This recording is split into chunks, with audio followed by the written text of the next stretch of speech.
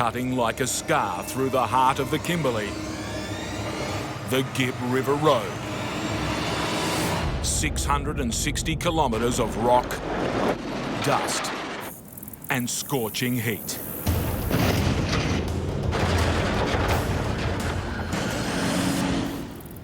Out here, it hasn't rained for months.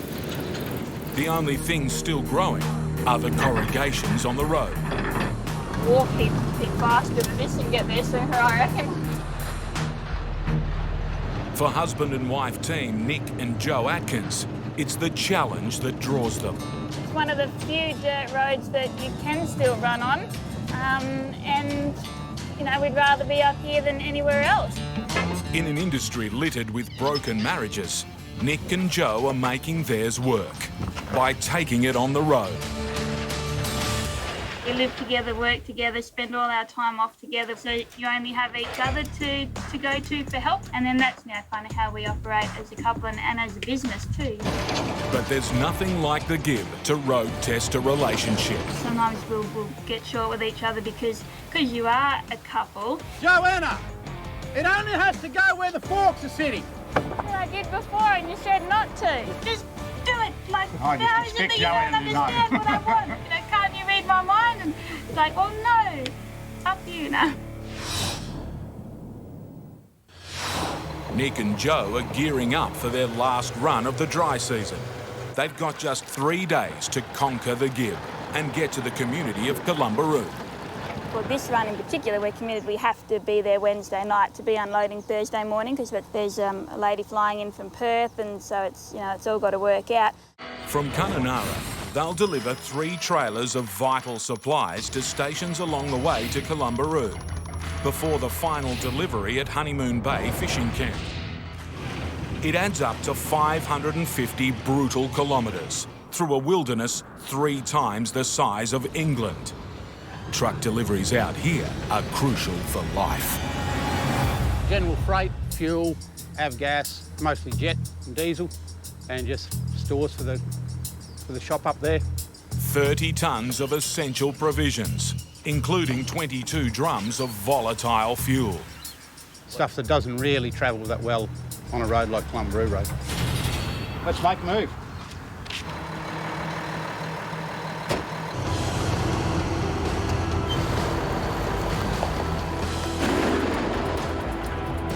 First, 75 kilometres of smooth bitumen. But then, the dirt begins. The Gibb is in bad shape. And this is one of the rough spots through here. It's always rough. And before long, I'll just pull up here and check this road now. I've done a little bit of corrugated road.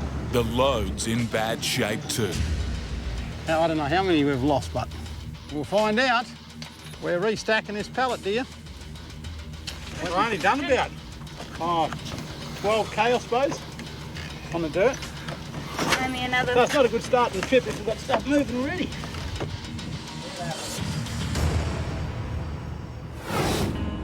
In Katanning, Western Australia, oversized specialist Yogi is getting set for an exhausting 7,000 kilometre, 2-week stint on the road. But for this dedicated family man, right now is the toughest part of the job. Be good. Yeah, be good at it. Saying goodbye to Amanda and the kids. I love you.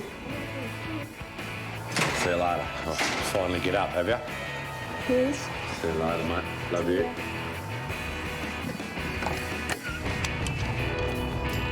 Let's go, eh?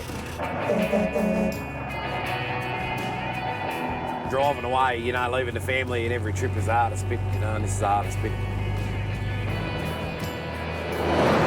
And lately for Yogi, the business of being a trucker hasn't been much easier. We're at the moment in an era where owner-drivers are copping it pretty hard. Small operators have been getting undercut. And the bigger companies are trying to take more of the easier freight. To help stay afloat, Yogi's moved in a new direction. You got to find yourself a nice little market, and at the moment I've become a specialist in some vintage gear and you know, I guess freight that bigger companies don't want to touch. On his latest run, he's got a mixed bag of machinery and parts to deliver. Good job, mate. Starting with this rare 65-year-old tractor sold to a private collector.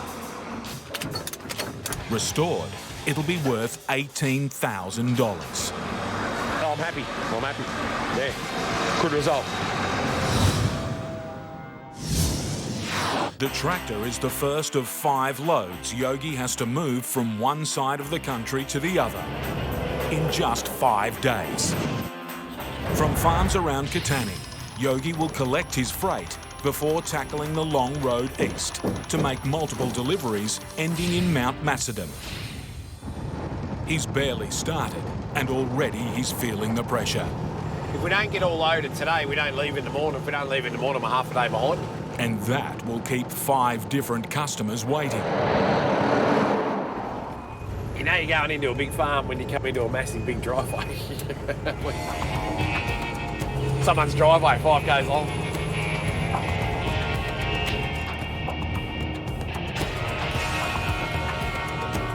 Yogi's here to pick up a hay bale stacker. Trying to find the machine.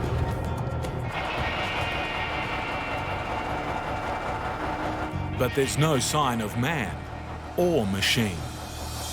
Yogi calls his customer. Collindale on the fence road. Yeah, righto. All right, mate. Okay. Oh, we're in the wrong place. It's a costly blunder. We won't get it finished loaded today. We'll have to load in the morning.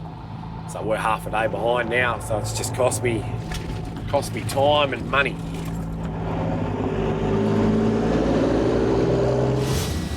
"4,000 kilometres away, in the far north of the continent, the wet season has arrived.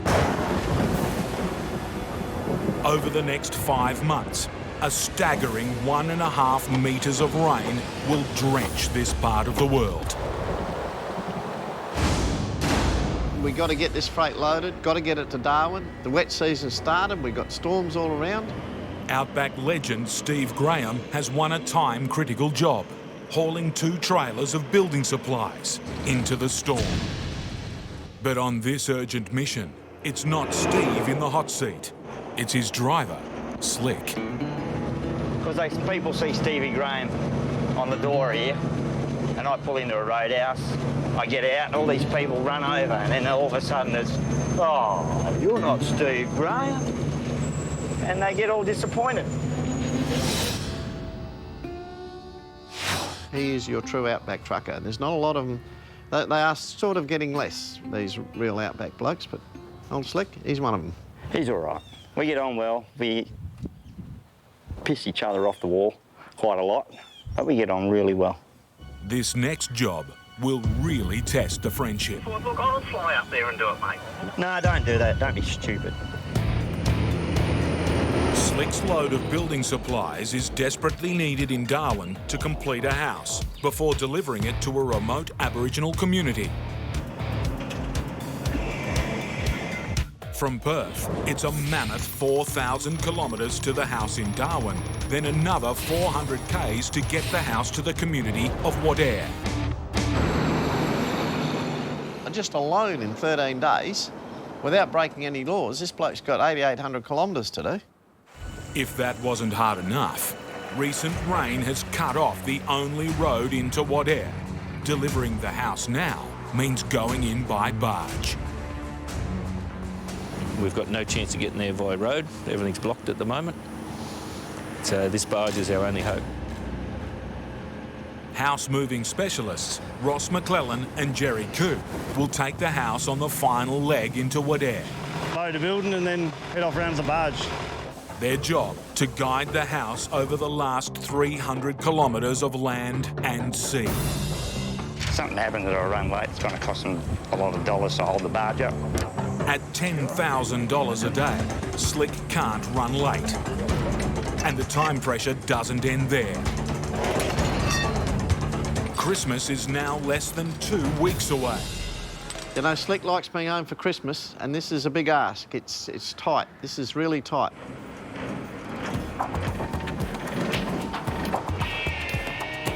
to hit the road. Slicks on a knife edge. The smallest delay could blow this job out of the water, landing him in trouble at work and at home. In all my transport career, I've always been home for Christmas. I always make sure I'm home for Christmas. I've made a promise to my wife and I've made it up till now. Maybe not this year. After a mere 12 kilometres on the Gibb River Road, Nick and Joe are already picking up the pieces. Got that in? Yep. A pallet of feed grain has collapsed, sending bags flying. Yep. Normally, like, everything that's going to move will move within the first 5 or 10, 20k. We just check it a few times. And once everything's into place, then it normally then holds up pretty well for the rest of the trip and doesn't jump around. They've lost time, but luckily, only one bag of grain. Yeah, it's never an easy road to cart anything on this road. Everything likes to rattle around. As rough as anything.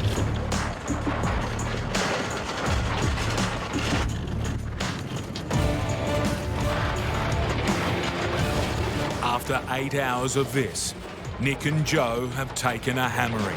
Makes you pretty weary at the end of the day, sitting on corrugations all day.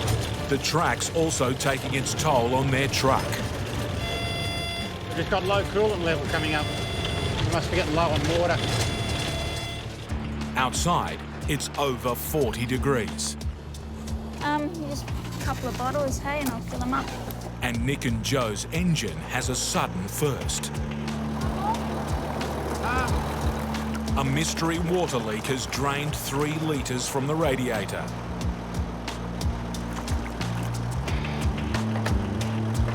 Nick's worried the problem could get worse. Well, it seems to be blowing all back over the motor, so it's leaking up the front there somewhere. Check it at Drysdale again while it's got some heat in, and I might find out where it's actually coming from.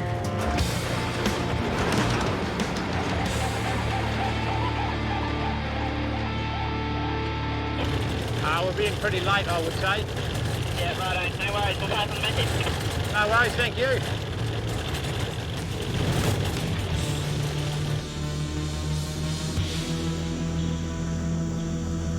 "60 kilometres short of help at Drysdale Cattle Station, the radiator's water level is dangerously low. Finally, he spots the cause of the problem. The dirty mongrel. Found the leak. A pinprick hole in the radiator. It's only a tiny little hole.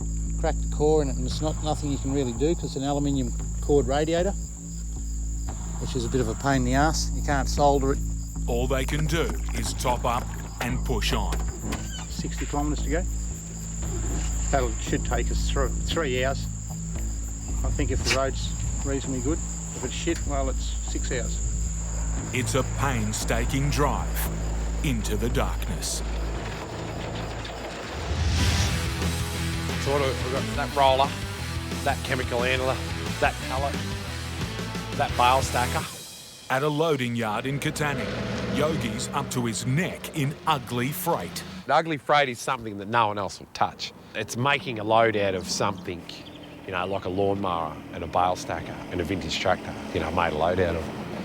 Getting the pieces to fit is a giant jigsaw puzzle. You go down, Matty, we'll see if it's slot in that little hole there. Making it stay on, a constant headache. Righto, I think that's a wrap. I don't think there's much more we can do here. His trailer's bursting at the seams, but there's still more to go on.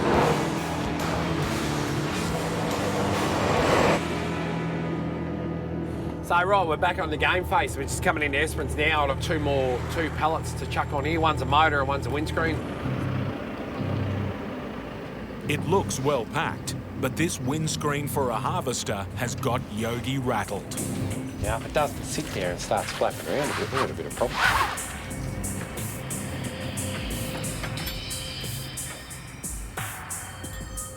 It's the only one of its kind in Australia, and to stay in one piece, it has to be transported vertically. Fingers crossed, it goes all right. So I've got one choking it, one over the top, and I've got a rope wrapped around it, pulling it. So I'll stop that left, right, and then that movement. So let's get out of here and see what happens. It's the final and ugliest piece of this ugly load. You don't buy pieces of windscreen, you buy a windscreen. You don't buy multiple pieces of a windscreen.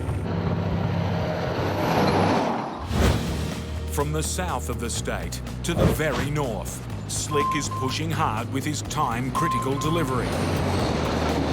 So far we've done 2,100 kilometres. Still got another 1,800 kilometres left to go. He needs to make Darwin by tomorrow to complete a load that's going onto a waiting barge. And if the tide's right, they got to go. Otherwise it costs money for them to sit there.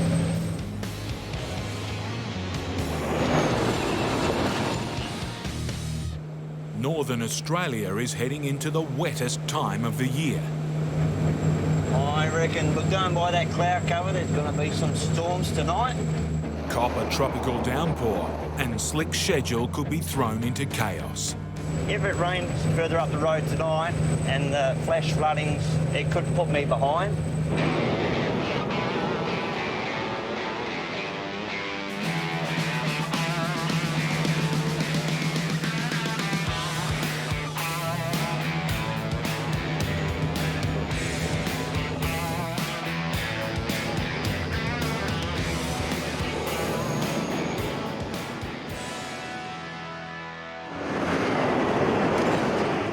Next day, and Slick is near the finishing line. We're about 5 minutes away from the yard in Darwin. He's made it on time. But now for the unload. Hey, Slick. How you going, Roscoe? Good, mate. See you again. Yeah, all right. All right, there you go. What are we doing? I've got a crane coming in an hour and a half to take the 2 containers off. Okay, yeah. And then we've got to unload that back trailer. Once this freight is off his truck, he can load up for the return leg, heading home in time for Christmas.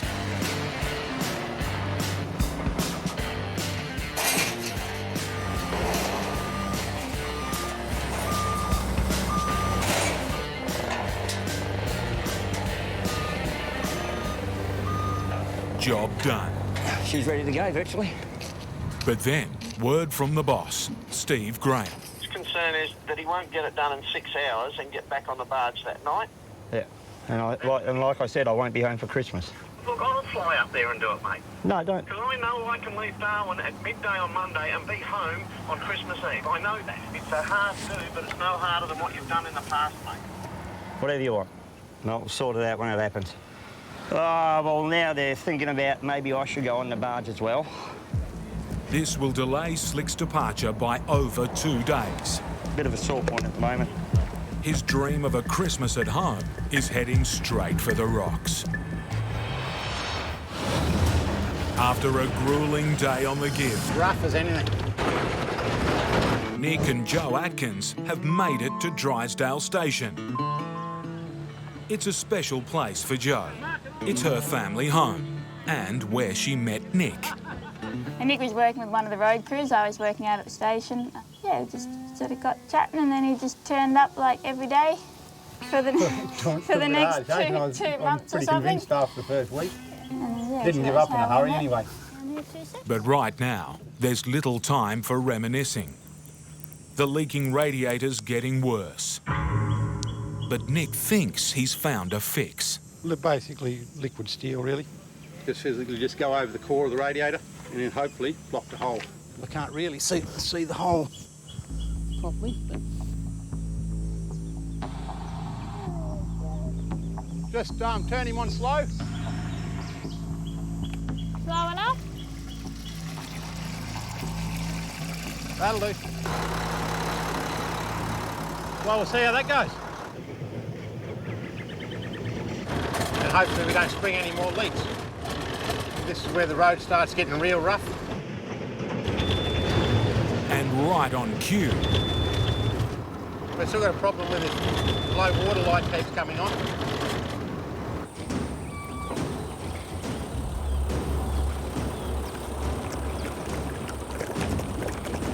This time, it takes a whopping 15 litres to fill her up. But now it's not the radiator. It's not bad going. This leak is coming from somewhere else. Fix one leak and then a water pump starts. I might just have to order a new pump from Theta and get it flown in Columbaroo. See how it goes. Hopefully it'll get us back to town. Oh, I hope it's not like this for the rest of the way. A shit bit of road. Like what, 2.5 kilometres an hour now, I think. After 8 hours on the road, Nick and Joe have barely covered 100 kilometres. Oh, I was hoping to be up past Theta tonight, but that's not going to happen.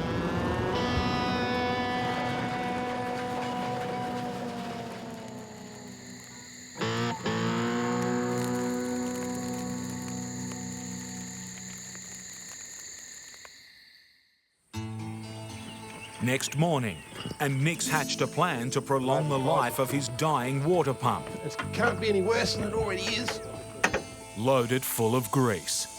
Stop a bit of that water from running out of that water pump, at least till we get to Theta. Theta, the next station, is now only 40 kilometres away. But the way his truck's performing, it might as well be 400. That temperature gauge is coming back up again. It was just right down on the thing and now it just climbs straight back up again. So, and real quick. That's all right. Sound like an Elvis song. That's all right, mama. That's all right with you. That's all right, mama. Yogi's making one final check of his ugly load before hitting the vast emptiness of the Outback. I think it's okay. He's still got 2,800 kilometres left to drive and just 3 days to do it. Now it's just time to settle into the groove. Trying to get some Ks under the belt.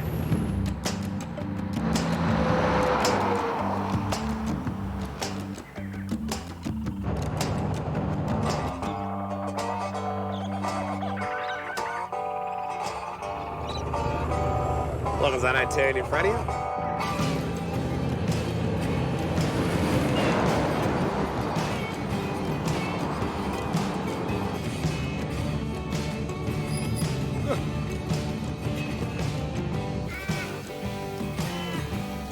Border. We are at the WA-SA border, about to go into South Australia. Yogi's now heading onto the Nullarbor, a 1,200 kilometre long treeless plain. Favourite part of the trip. Absolute favourite part of the trip. Here, thoughts turn to an upcoming visit with his father, also a trucker, now facing the toughest journey of his life. My man never retired. He had to go, he had to stop driving trucks. It's early onset dementia. It's been a rapid downhill decline with his dementia, you know, to the point now where he's fully hospitalised. He won't go home now.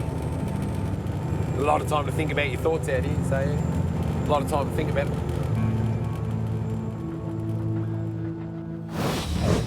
In Darwin, Slick's heard back from his boss, Steve Graham.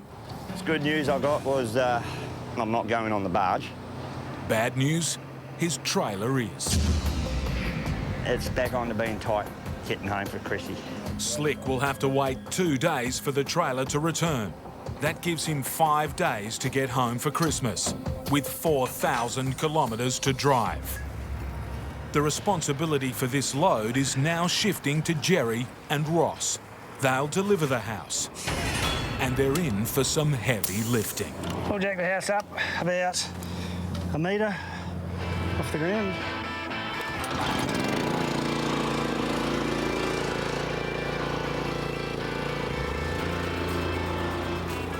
All right, there we go.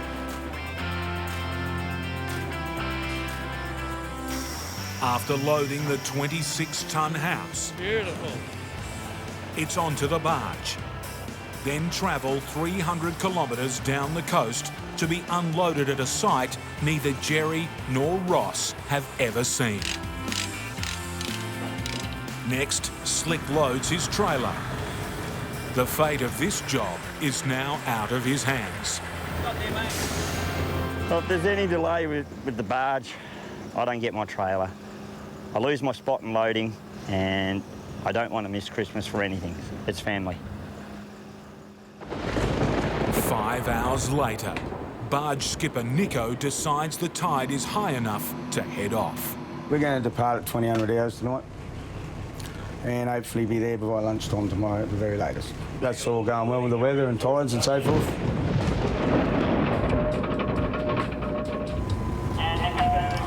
Doors up, mate, doors up. All right, we're going to get into it now, mate. We're going to make this boat rattle. With storms, strong tides and a tight deadline, the pressure's on to make it safely into Wadair.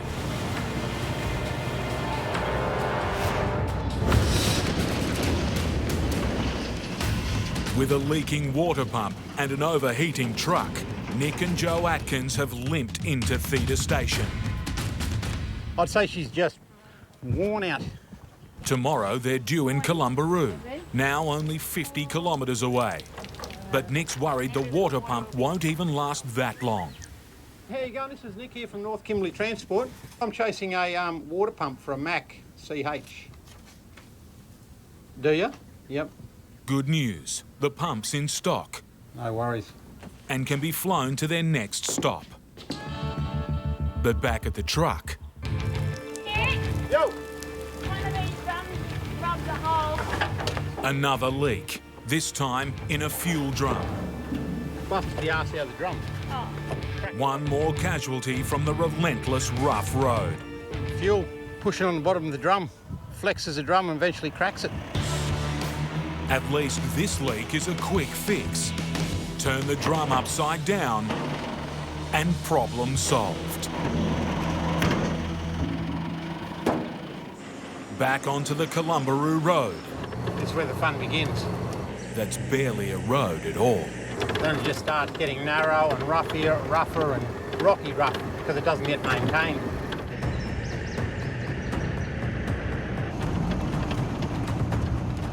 But it is a pretty poor excuse for a road, really.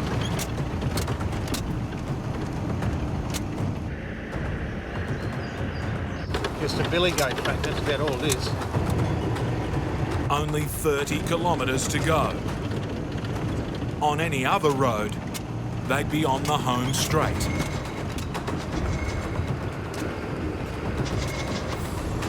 So bloody nice.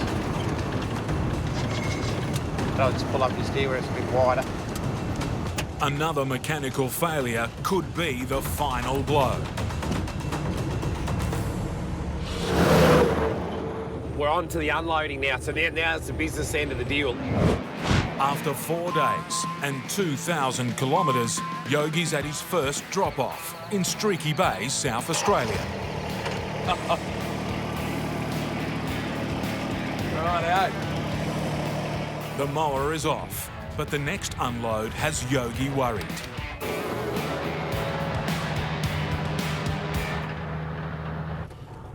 Right at the moment of truth, let's go and unload the windscreen. Yogi will only know the fate of this one-of-a-kind windscreen when he opens the box. Righto.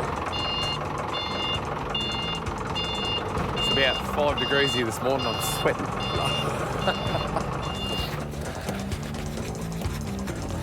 Let's have a look in there. Yeah.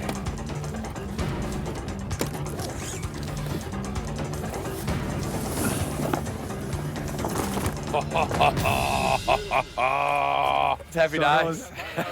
All good. There, all. Delivery number 2, safe and sound. Number 3, a crop roller is next. Now this will roll, mate. This is gonna roll. Righto. Another one done. So this next drop we've got is on South Road in Adelaide. South Road is one of Adelaide's busiest streets. I'm a little bit concerned that we might end up just blocking a lane. Yogi will be unloading on the side of the road in rush hour traffic. South Road. We want South Road.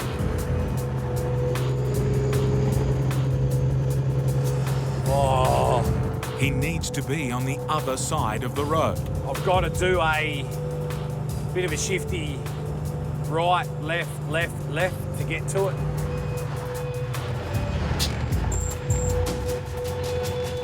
This looks a little bit blocked up, doesn't it?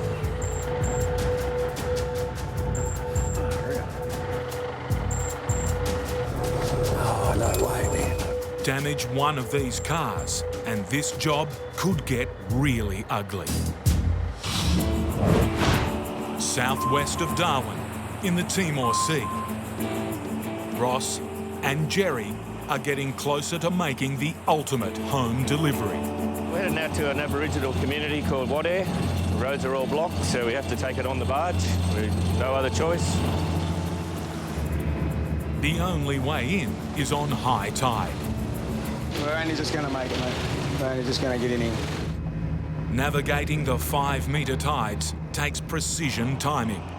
The last part of our voyage here, coming up into the narrow part of the creek. And this is whether you make it or break it.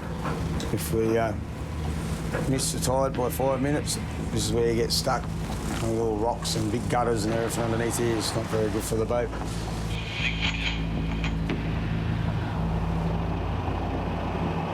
Welcome to Wadair.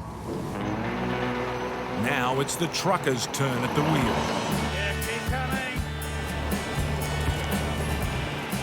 Jerry and Ross have an ample 8 hours to drive to site, unload the house and Slick's trailer and leave before the tide turns. But they're not home yet. We've got 2 poles here to get through, and then we've got to wrap around this other building in front of us and get over in that back left-hand corner. So she's going to be tight. I don't even think we'll get it in there. No. One too many power poles. Yeah. We'll give it a go, but... While their experience is telling them it's mission impossible, they know time and tide won't wait.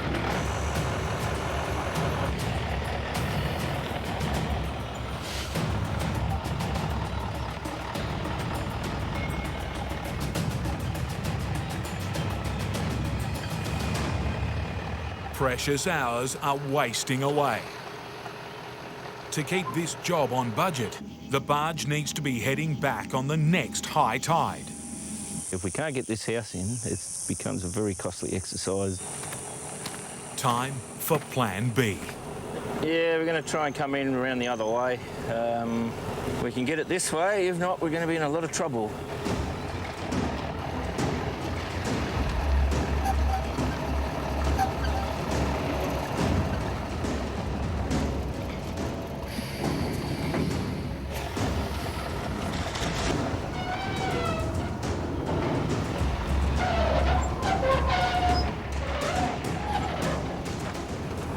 The nose in. There's this power pole behind on my left, on the opposite side of the street's the problem.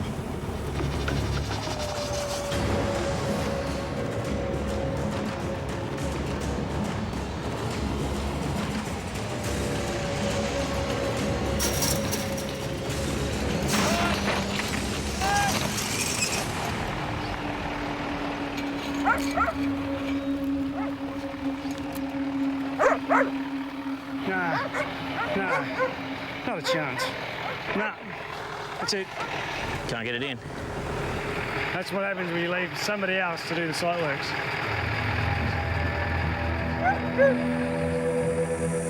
Time is slowly slipping away, and we've got to get it done. Nick and Joe have crawled into Columbaroo. They still haven't got to the bottom of the distressing sound under the bonnet. Something that's not right, so I'll come and have a look. But right now, it's a puzzle Nick doesn't have time to solve. This freight for the general store needs to be offloaded.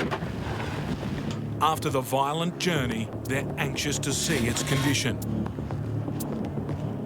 A little dusty, but all intact.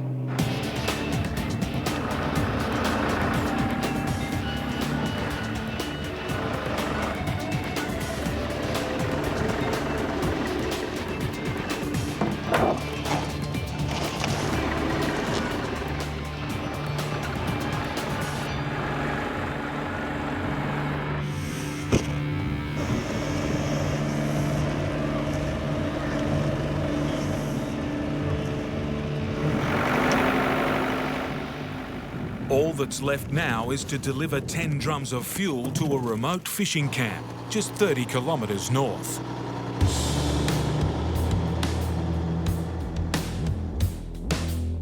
It's only a short distance, but on a narrow, sandy track. Nick and Joe take a gamble on their failing water pump and head into the wilderness. Well, here's honeymoon turn-off. This is where we go from a beaten track down to just a billy goat track from here on for the next 7K.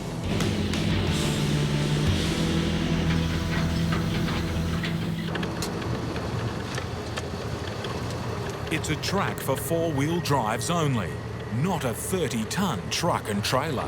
Hang on.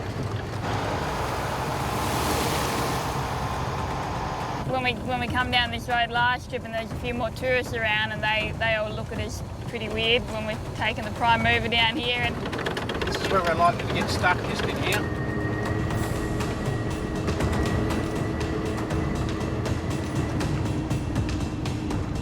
Nick's losing speed. Come on, old girl. Come on.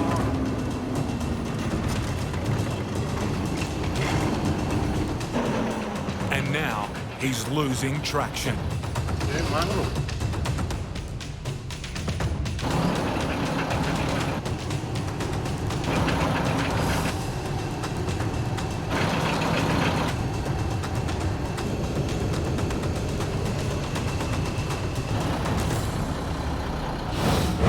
In Adelaide, Yogi and his ugly load are in a very ugly position.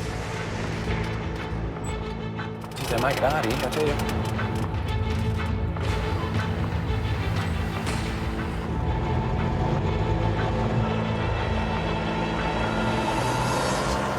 Through the parked cars and straight back into moving ones.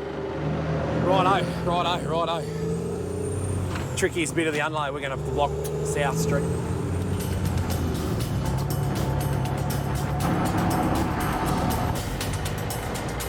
I've got to be right on his driveway so we can get unloaded, so.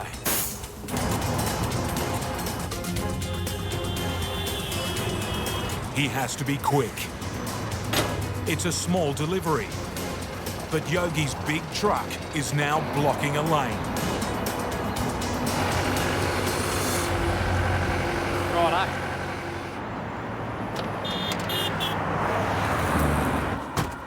Geez, that would have been 5 minutes. Making money delivering multiple loads to multiple customers isn't easy. Don't want to hold anyone up, you know, so you just got to work quick, got to work smart, got to work, you know, efficient. It's out of South Australia and into Victoria for Yogi's final deliveries.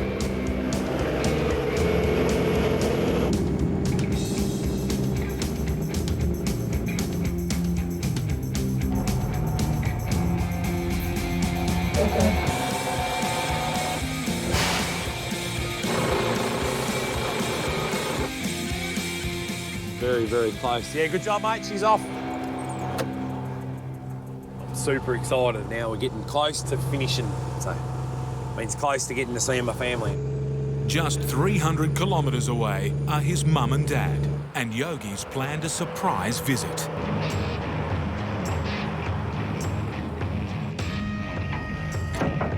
But first, he has to deliver the last of his ugly load.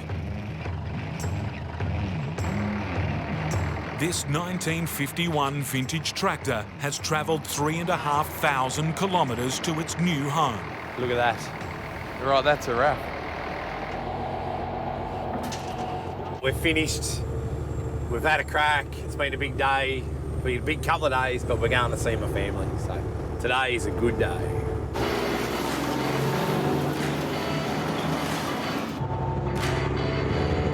There's one final drop-off before he can say job done. His laundry at his mum's. Is she up? Distributed 3,500 cat. Yay!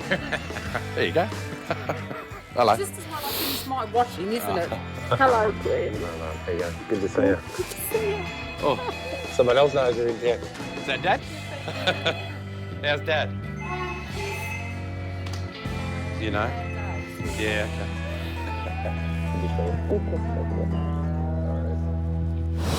Nah, not a chance. After struggling for 2 hours to unload a house in 40-degree tropical heat, Jerry and Ross are hot, exhausted, and out of ideas. If it didn't have heating, we would have been in. Yeah. At the barge landing, the tide has turned. In just 4 hours, the water will be deep enough for the barge to leave. Jerry's got a plan.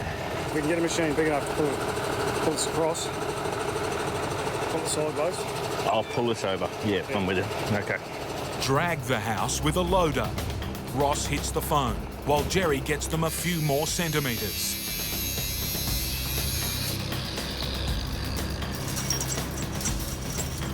Using the loader to pull the trailer sideways is a last resort. He's got to try and pull possibly 25, 26 tonne of building. It's a big ask, but it's our last hope of getting it in. Success now depends on the strength of this 190 horsepower loader. And backwards. And this chain.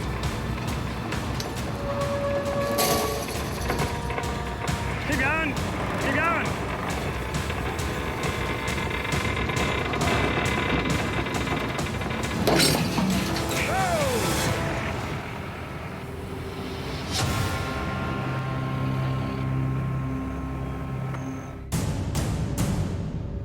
In the far-flung community of Wadare,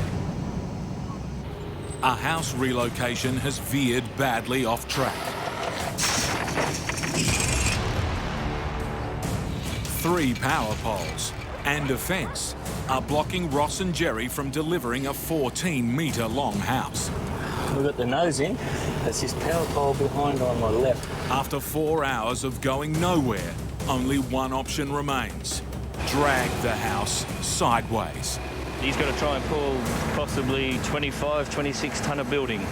It's taken over 4,000 Ks to get this far. But these last 50 metres could derail this entire job.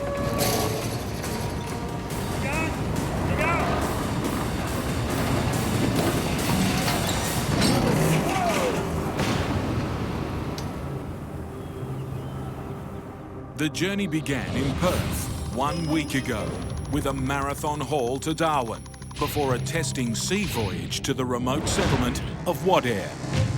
It's been a pressure-packed mission all the way. First for Slick, to deliver the final house parts and get back in time for Christmas. In all my transport career, I have always been home for Christmas. And then for house movers Jerry and Ross. We've got no chance of getting there via road. Everything's blocked at the moment. As they try to turn a floating house into a functioning one.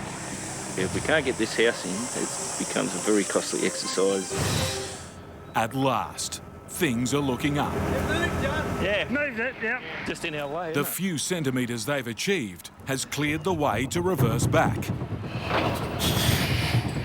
To get up the narrow driveway, Jerry needs to guide Ross from up front.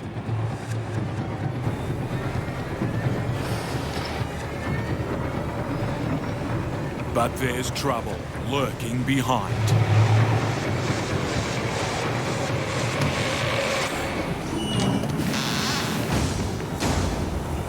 Am I hitting something on the back? Am I hitting something?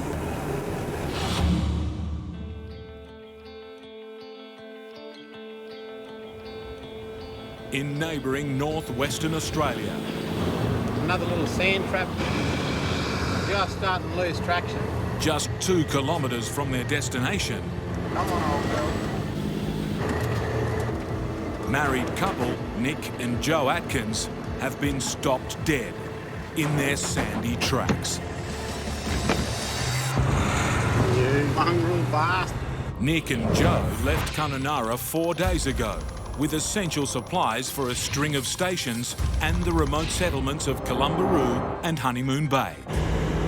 It's been anything but a smooth ride. Down to about 2.5 kilometres an hour now, I think. The notoriously rough Gibb River and Columbaroo roads have exacted a heavy toll. On their load, We're restacking this pallet, dear. their bodies Makes you pretty weary getting on corrugations all day. and their truck. Chasing a water pump for a Mack CH. And now they're stuck. Right on the doorstep to their destination. Make a bit of a track from yourself. If I turn the steering too much, it'll just bog itself even more. If I can get up on that little bit of a hard spot there, I'll be right. The truck and trailer weighs over 30 tonnes. Getting through this will take all of Nick's 30 years' experience. Come on, baby. You might have got it.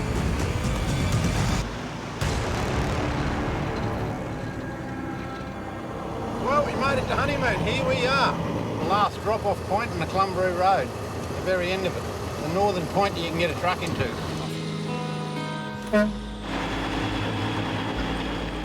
It's time to offload the last of their freight. Vital fuel for this remote camping ground.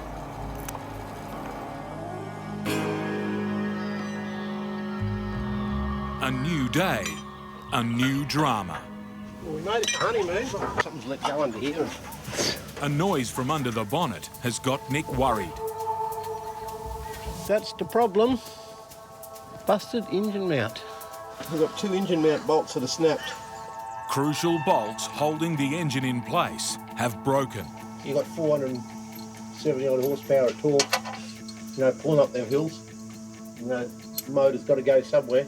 If they can't fix this, the whole engine could shake loose.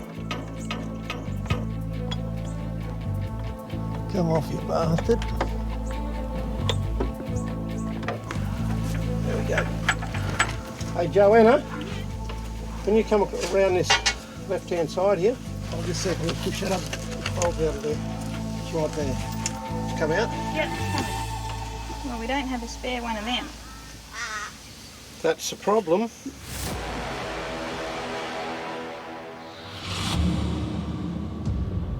Central Australia, the red heart of the nation, home to some of its biggest icons. But beyond the famous landmarks, there's a blight on the landscape. Car wrecks by the thousands. Broken down, left to rust, worthless rubbish. But not to this man. We like to think of ourselves as recyclers. We give everything a chance to be recycled for what it is. Russell McDonough makes his living salvaging the scrap from dead cars. We're quite passionate about recycling things.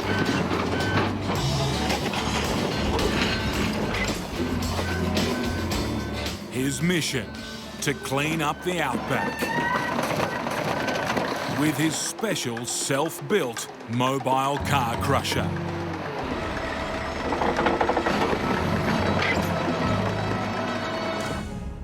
Now, Russell and his wife Nikki have won one of the biggest jobs of their careers, clearing a massive dump in the shadow of Uluru. This is a big job. We're sending down all of our workers. Their task, to clear 2 football fields worth of cars, white goods and junk. From Alice Springs, Russell and his team will head 450 kilometres southwest to the township of Yulara. The job might be huge, but the margins are skinny. Scrap steel prices are at an all-time low.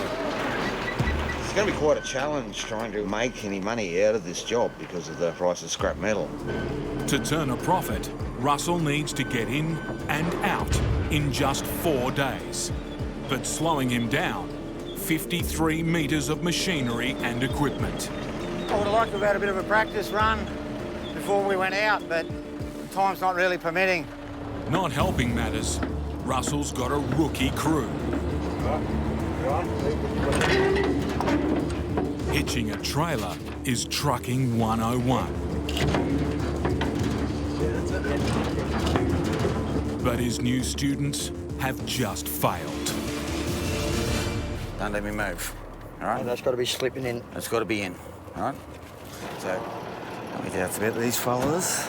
And the lock didn't go in. And they all looked at it. Is that all right? Don't tell me that. Wasn't right.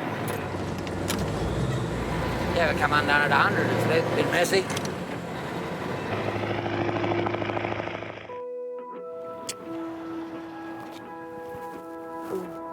Hey, Yeah, good luck. you're gonna need it. Rightio. Turn the big button, we'll head off and see what happens. Russell's triple road train and crusher weighs over 100 tonnes. It's a punishing payload for his favourite truck.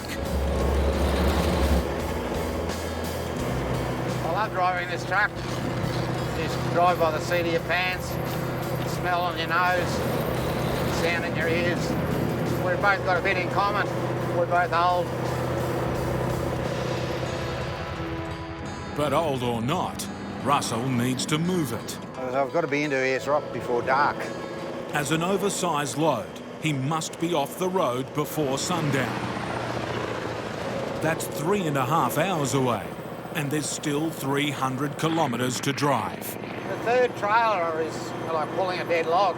It takes everything up to its maximum. It's a bit of an uphill drag here, and the old girl's gone up to about 100 on the water temperature here, about 500 on the exhaust. You've got to keep an eye on it. We haven't pulled this much weight for a while.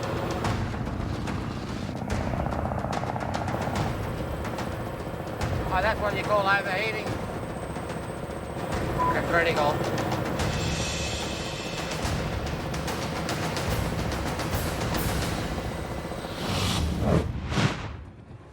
The thing is, we're right up against that pole, like, this is close. After getting the 26-tonne house around a tight turn, We've got the nose in. Ross and Jerry have run into another roadblock.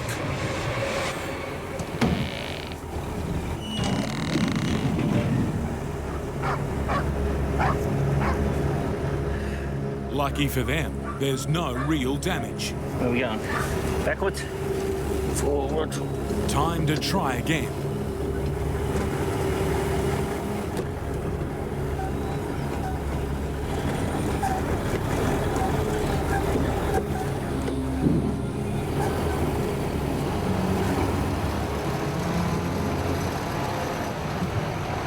After 4 hours of struggle, in 40-degree heat, this house is finally home. This is it, going down now. House is on the ground, very happy. Well done, Jerry. Last job for the year, right? The worst one of the lot. But it's not over yet. Back at the barge, Slick's trailer still needs to be unloaded. And time is fast running out. It's got barge captain Nico worried. We've only got a window of an hour to get this trailer on, the other trailer off, unload the rest of the freight, and get out of here by 9:30 tonight. If we miss that, then we're going to miss the tide in Darwin, and everyone's going to get stuck in here for another 12 hours. A delay like that would be a disaster. Not just for the crew, but for Slick, waiting in Darwin for his trailer to return on the barge. It's Christmas. You got to be home for Christmas. I don't care what anyone says. I have to be home. At Wadair, under Nico's nervous watch, Jerry is finally dropping off the empty house trailer. Righto, stop. Just leave the trailer there. So it's good. No, mate, the trailer was fine where it was. We haven't got time to f around. All we had to do was unhitch the where it was, and then we could keep moving on. We've got less than an hour, mate. Jerry now needs to hook up Slick's loaded trailer. Let's go make this happen as quick as you can, brother. Yeah, just double check to make sure it's in. But there's a problem. The tow pin won't release.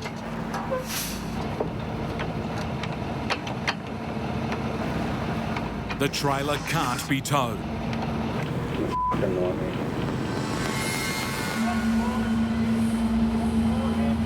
We're already 15 minutes into this 1 hour window that we've got, and we still haven't got this trailer hitched up.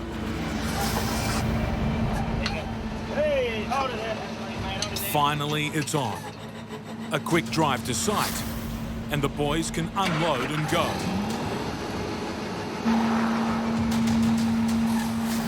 But this truck isn't budging.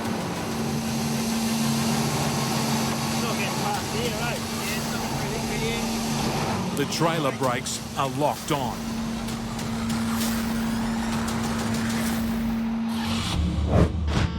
"300 kilometres west in Honeymoon Bay. The honeymoon is over for Nick and Joe. That's the problem.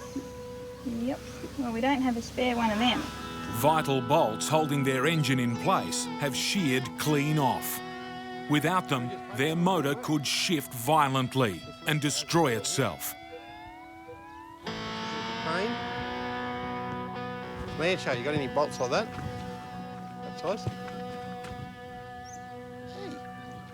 Come on, have a look in this shit. To survive the road ahead, the bolts should be made of high tensile steel. But beggars can't be choosers. These mild steel bolts will have to do. I reckon I might just try them ones, Lancho. Just right on there. Thanks, mate. Well, I don't know how long they're going to last, but that's all I can do, otherwise I'm going to end up doing some major damage.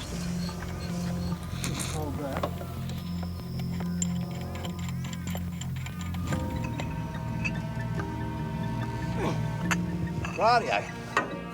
Well, it's got to be bloody tight, that's for sure. Joy of taking freight to the places that trucks really shouldn't go. Time to start the long road home. Radio! We're ready to go. Columbo, here we come. First, they need to pass the sandy track that bogged them on the way in. And this time, the sand is hotter and looser. Yeah, see, this sand gets a bit of heat on it and be foaming. Real tricky to get through.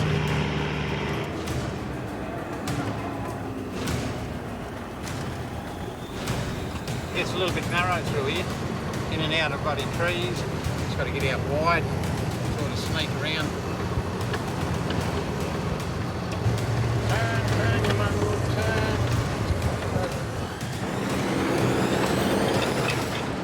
turn. Made it. But no clever driving will get Nick past this next obstacle.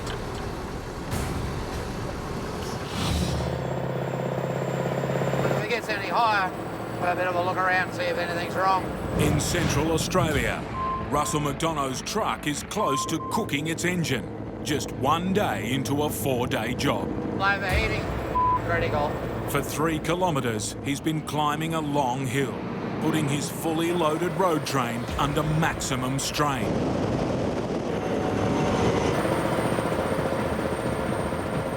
I can see the crest here.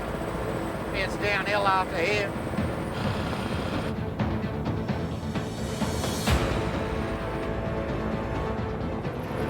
Rapidly, these temperatures that I'm talking about have fallen dramatically just in those short period of rolling down this hill. From here on, it's flat road. But Russell can't relax yet. We can never really be complacent. Anything can happen at any given time. There can be animals coming from the bush. Caravans just doing a U-turn for no real reason. Everything about pulling road trains is hard. Fair dinkum, it's hard work.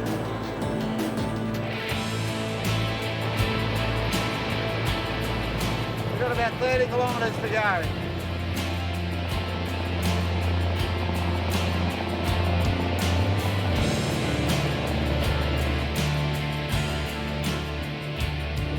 After a hard day's trucking, Well, we've just got in here. It's just before dark. he's made it. Tomorrow, we get in amongst the program that we're here for. Next morning, something Russell wasn't expecting in the desert. Rain. With a tight deadline, it's the last thing he needs. This weather is going to put us behind. The machine can sort of keep working. It's not ideal, though. First task, clear out a space for the crusher, Outback style. So I'll just use this as a bit of a poor man's bulldozer blade.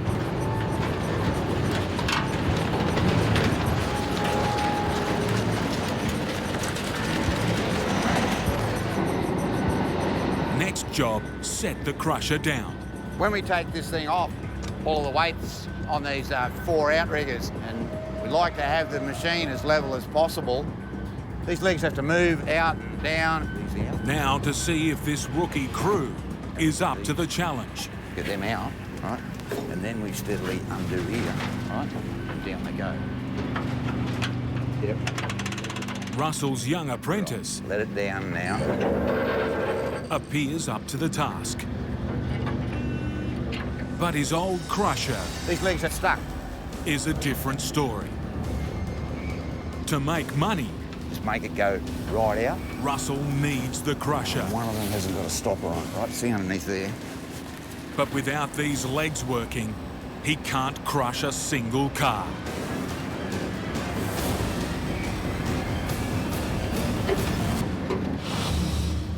"1,300 kilometres away, in one of the remotest corners of the Kimberley, Nick Atkins is at a stalemate with a German tourist. Wheel him up through here. The track is too narrow for both to pass. Yeah, come up through here. I'll move this log for you. And just drive across here. Into him! Give it on!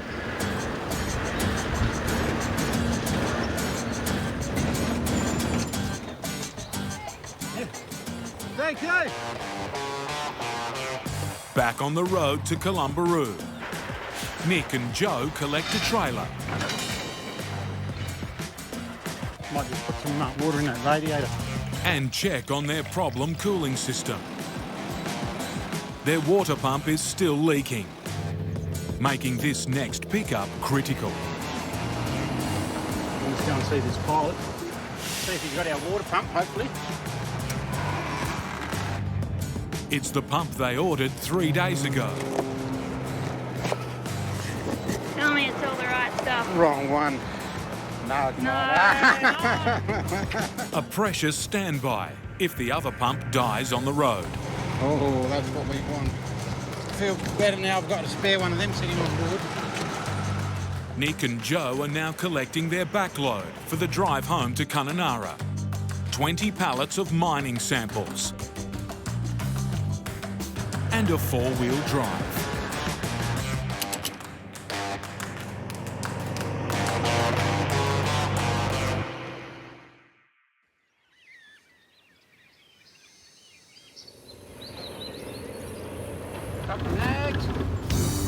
Next day, and Nick's feeling positive.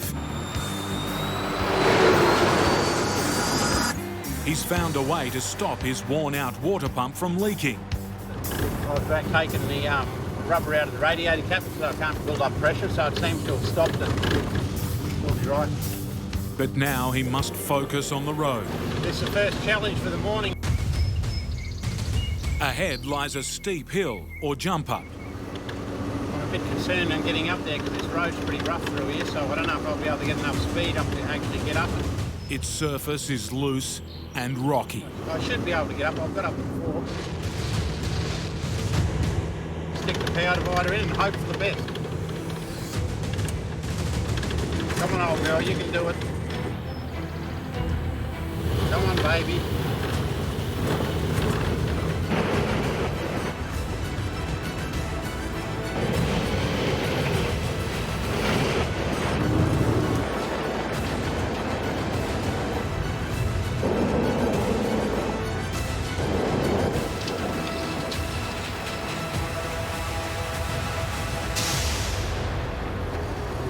Dirty mongrel bastard. You bastard of a thing. Let it down now. North of Uluru, Russell McDonough's mission to move a mountain of scrap has stalled on day 2 of a rushed 4-day job. These legs have to move with the weather and everything that's been in. These legs are stuck. The 4 support legs of his crusher are jammed. Without its legs, his crusher is as useful as the junk around it. If it f***s up, all I've got to do is pull that back out again. Time for a little persuasion.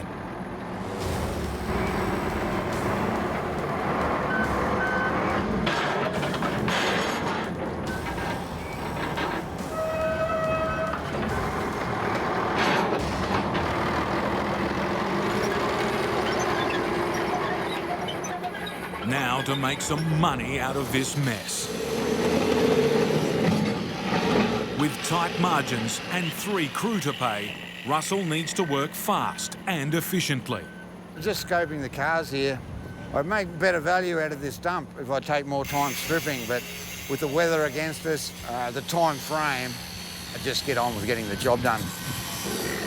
Crushing cars is a 5-step process. Step 1, shake out the engines. We're going to try and rip these motors out.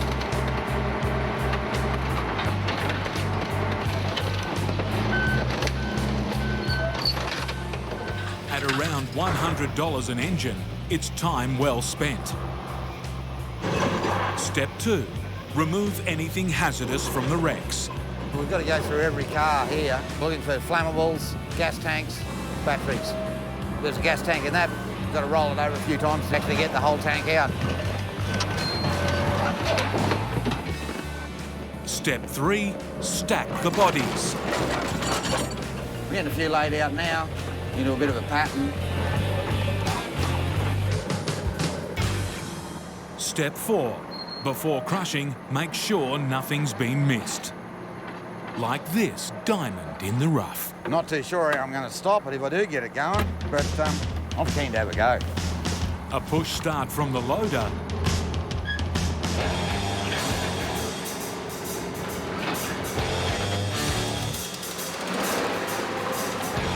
And the old girl springs back to life.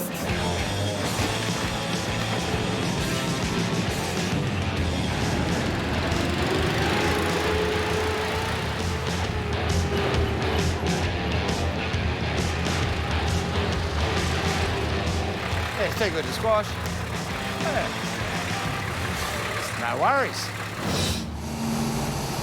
Still getting past here, eh? Yeah, it's not pretty good. In the far north, Jerry and his team are still battling an airline blockage that has put the brakes on the urgent barge unload. To make the tide, the house movers have only an hour to unload Slick's trailer. But after 30 minutes, all they've achieved is to locate the brake problem. We're just having trouble with our truck hooking onto Slick's trailer.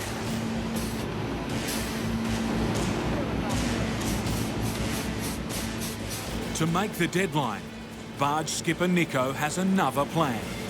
So now it just asks them to get the truck and put it on the other trailer there and we'll get it off, and then we'll have to unload everything off the trailer with the telehandler and drive it up there to the site. He wants to shift the empty trailer off the barge, then transfer the freight from the problem trailer onto it. You all right? Yeah. Yeah, good, mate, good. But it seems Jerry hasn't got the message. Hey mate, where's he going with that prime mover? I reckon he's not going to be able to move that other one if he can't move that one. I reckon the truck's bugging. Well, tell him to come and give it a go, mate. Otherwise, we're going to have hell on earth to try and get this load off that trailer, mate. Crunch time. If this trailer doesn't move, Go, mate, straight back. they can kiss their deadline goodbye.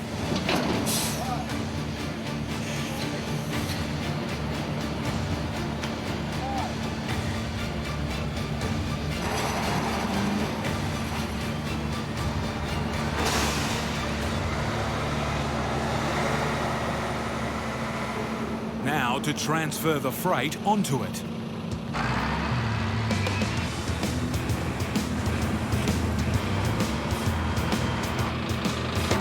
Perfect. It's taken longer than anyone had hoped.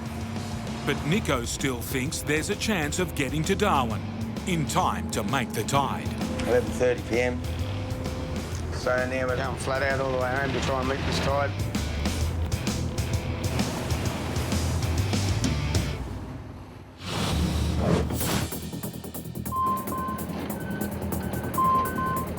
We're getting a few laid out now, into a bit of a pattern. Near Australia's most famous rock, Russell McDonough is racing to clear a dump. After 3 days on this job, he's barely made a dent in the massive mess. We've been at this since yesterday, and we haven't crashed a car.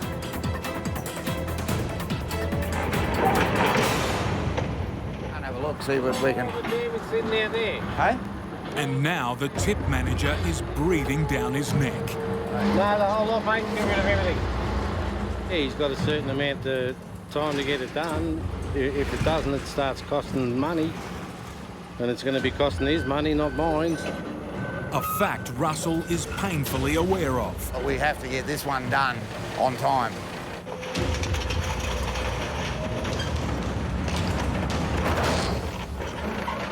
The key to success on this job is all in the groundwork.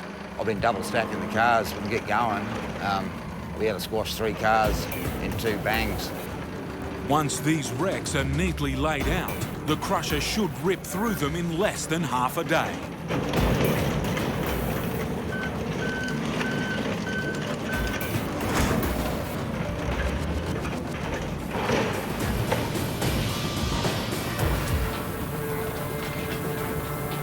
Time to wake up the beast.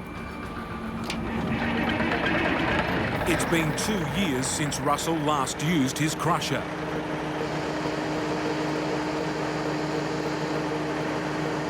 And something's not right. Oil leaking out of the machine.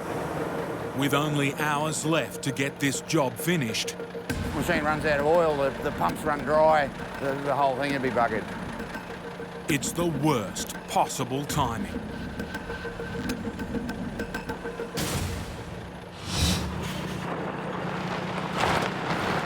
Battling to complete their run and make it home. You dirty mongrel bastard. Nick and Joe are dry bogged on a steep, dusty hill, 20 kilometres from help. You bastard of a thing. I think we'll just let some air out of the tyres first. Might give us a bit more grip.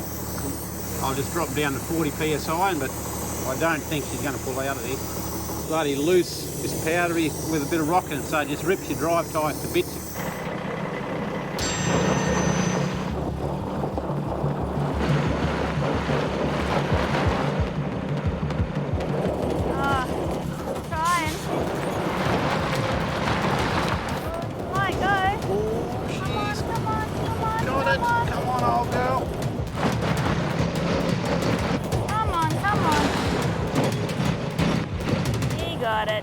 She made it. Only bloody dust. Moving again. But the battle with the road is taking its toll. Got a big piece of rubber coming off there soon.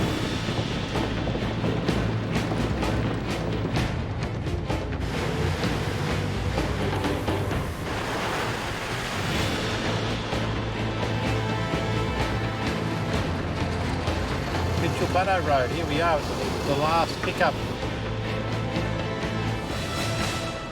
Going on the back, a campground toilet block. It's a really awkward little load because nothing stacks nicely. Stop there. Hang on. Down there.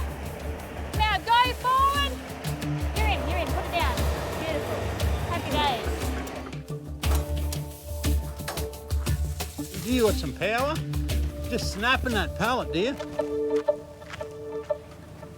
Nick and Joe can now start heading out of the wilderness. Just a mongrel because you've got to get right out wide. It's only bloody narrow. See, it's not really designed to bring a prime mover and trailer in here.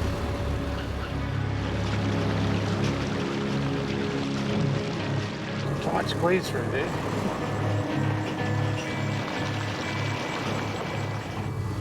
Drysdale, here we come, Joanna.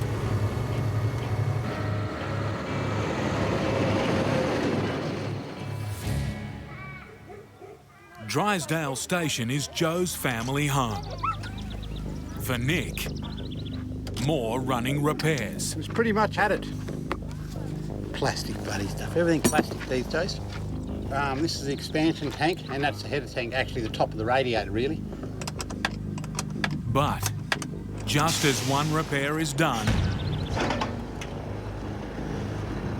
oh, good one! Another problem appears. Yeah, I'll probably wear that one. In the Timor Sea, it's been 9 hours hammer down. Now the barge is getting close to Darwin.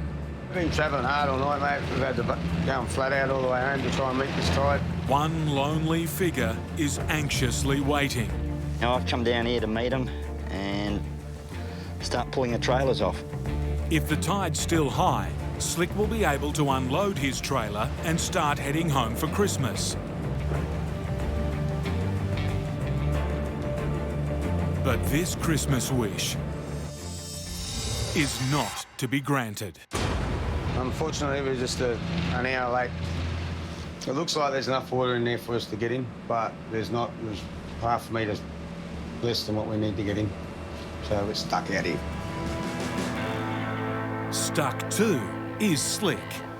100 metres away is my trailer, and I've got to hang around waiting for it now. It's going to take the next 9 hours to do 100 metres. How's that? It's one more cruel twist on a bad luck job. From day one, Slick knew he was sailing close to the wind. I always make sure I'm home for Christmas. Maybe not this year. To move a house across land and sea.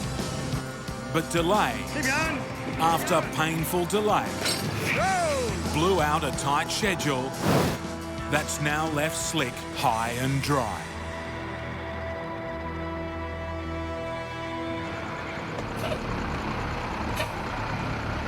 Nine hours later, and the tide is finally high enough for the barge to land. A little too high, in fact. I've got to get this one off because we're racing the tide at the moment. I better do this. The high water and the angle of the ramp have created a sharp steel reach to drive over.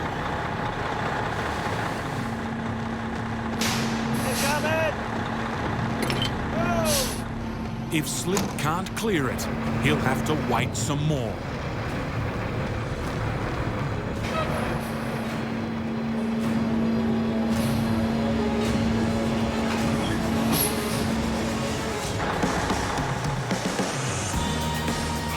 Once I got over that little hump there, about 8 inches before she was going to belly out, I was all happy, grinning like a Cheshire cat. Finally, Slick can put his trailer back to work. Now I can concentrate on loading it up so I can get going.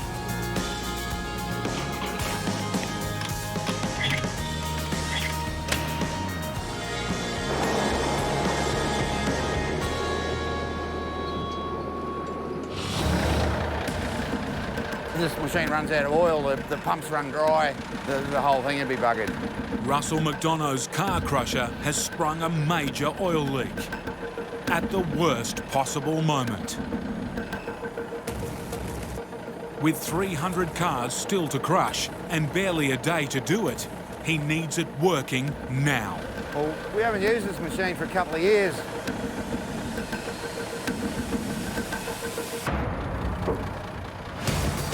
A couple of hoses come loose and I was just able to get up there and tighten them up. I'll just keep a close eye on it.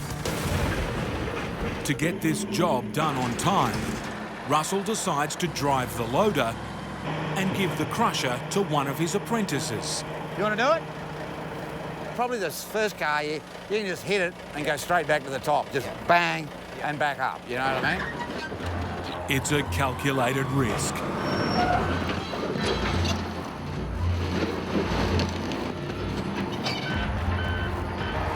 But the rookie and the crusher are stepping up.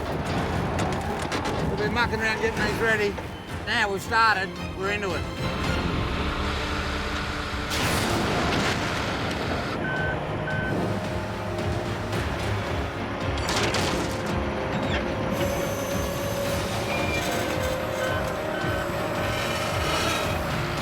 The repair we did on the hydraulics has worked. The crusher's in a feeding frenzy.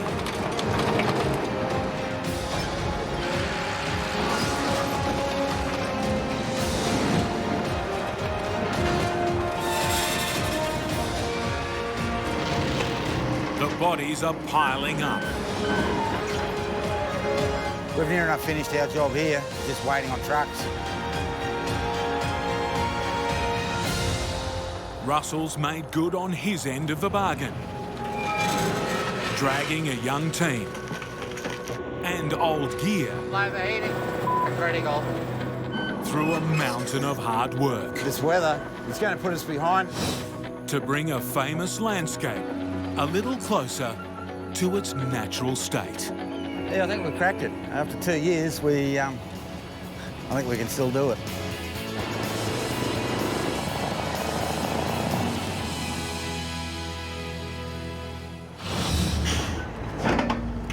Oh, good one. 350 kilometres from home, Nick and Joe's truck has sustained more damage. This time, it's Joe's mistake. It's my fault. Nick thought I unplugged it and I hadn't done. He'll get mileage out of that for ages now. Remember that time when you didn't unplug the lights? That's what happens when you don't stay in a routine. Rightio, we'll replace this. Oh, you got your glasses on. I have to put my spare eyes, otherwise I can't see the numbers on these things. You know, travel along this dirt with no tail lights on your trailer, you're likely to get somebody to run up your arse. I don't want that. Okay. Rightio. A quick goodbye to the family, then time to make a mile. Give River Road, here we come. The Gib hasn't improved since Nick and Joe were last on it. It's rough. And today, it's hot, over 40 degrees in the shade.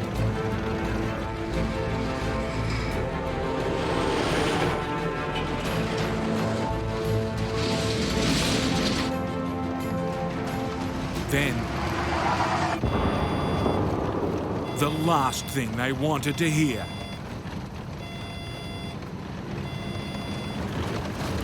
That one before. Engine cool temp high. She's right up on 120 here now.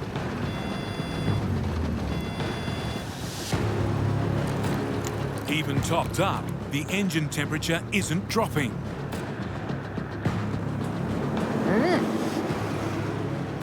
250 kilometres from the nearest mechanic at the hottest and driest time of the year. Nick and Joe couldn't have picked a worse moment to break down. I'm praying to Flaming God that it's the thermostat, because I don't want to be at the oil cooler. Otherwise I will be sitting here for 3 days fixing it.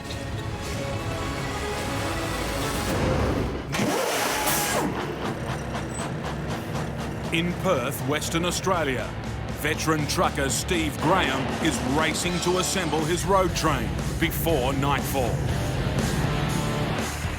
We're going to hook onto this trailer now. That's part of the load, the steel, the structural steel that we're taking across. Steve's due to leave on an urgent long-haul delivery.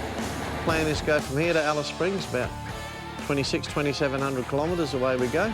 But at the last minute, there's a problem. I've got no free travel on this clutch. His clutch isn't disengaging properly. And where I've got to go and what I've got to put this road train through, it makes me nervous. Always some bloody last-minute thing. His challenge now, track down a mechanic. Chad, where are you now?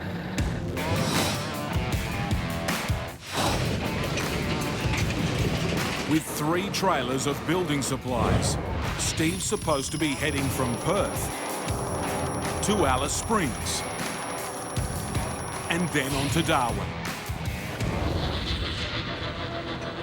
At over 4,000 kilometres, it's a gruelling slog through the guts of the outback, along tracks that destroy trucks. That's the tyre. 9 months ago, Steve's steer tyre exploded at 100 kilometres an hour, demolishing the front end of his truck and injuring his shoulder. It took a bit over a kilometre to pull the road train up, and for that kilometre, I was keeping this damn thing on the bitumen. I didn't want to go out there in the bush. Of course, me hanging onto it, it blew the tendons off my shoulder. Steve endured months of painful rehabilitation. I had the shoulder surgery. My shoulder's been, you know, that wasn't much fun. While his truck endured expensive repairs. That's something to cry over, you know. You think you blow a steer tyre and that's it. Well, that was $42,000 worth of repairs at the panel beaters, plus excesses, plus. It was about $60,000 from blowing tyre. Now, after 4 months off the road, Steve's set for his Outback comeback. This is the first big trip through the Great Central Road. I've got a triple, so there's a bit of work in it. The only sad thing about the whole thing, the thing that I am going to miss, my little dog Teeny got killed the other day. Teeny won't be with us. So yeah, I won't enjoy that part of it, but that's life. Steve's ready to move on, but he can't go far without fixing his clutch. Righto, mate. Thanks. See ya. That's Chad, my mechanic, mate, who's going to adjust that clutch for us now. He's coming to meet me. We just arranged a meeting spot.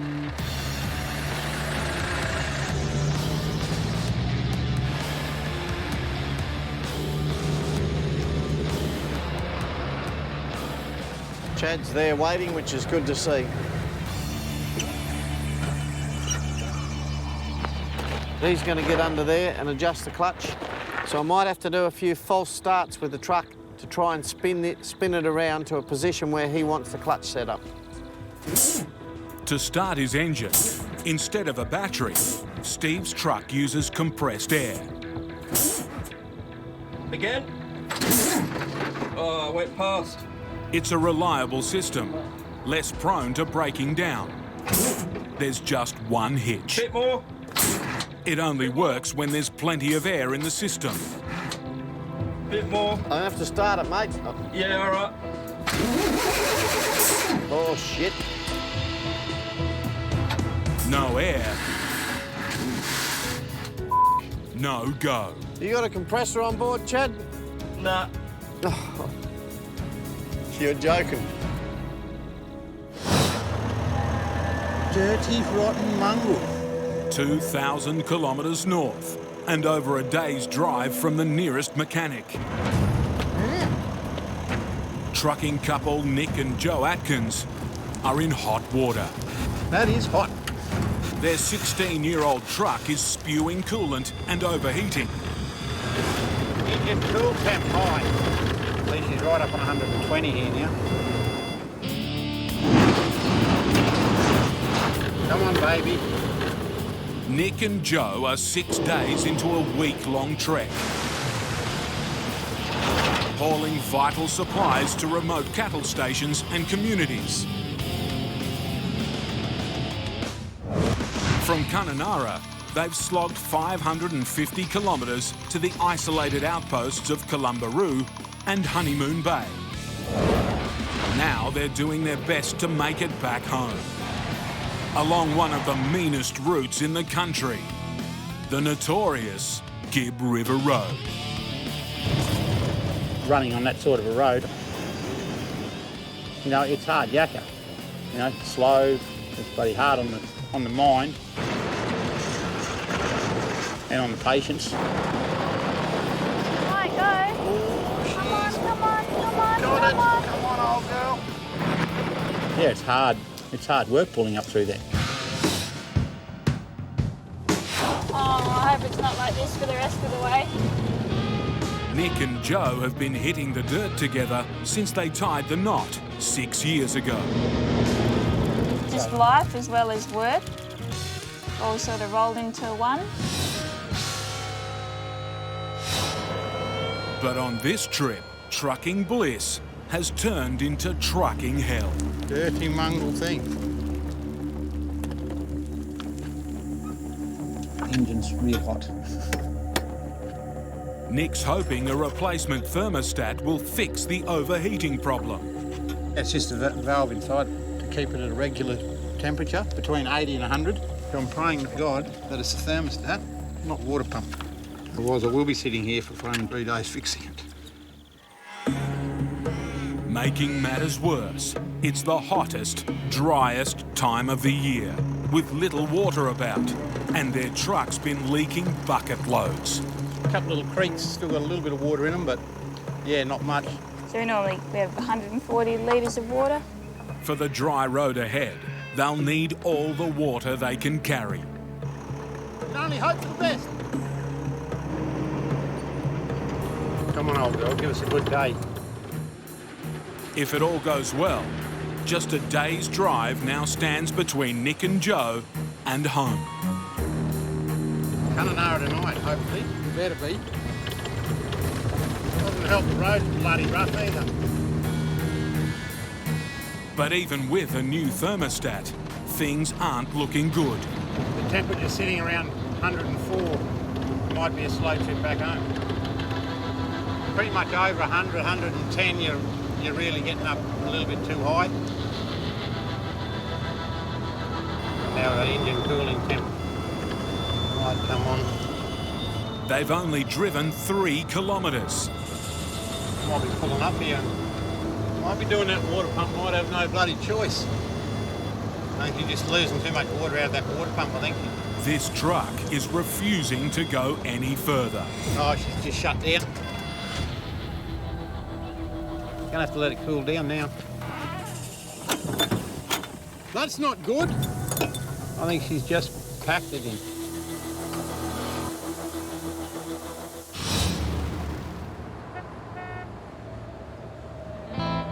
Half a continent to the east, on the outskirts of Brisbane.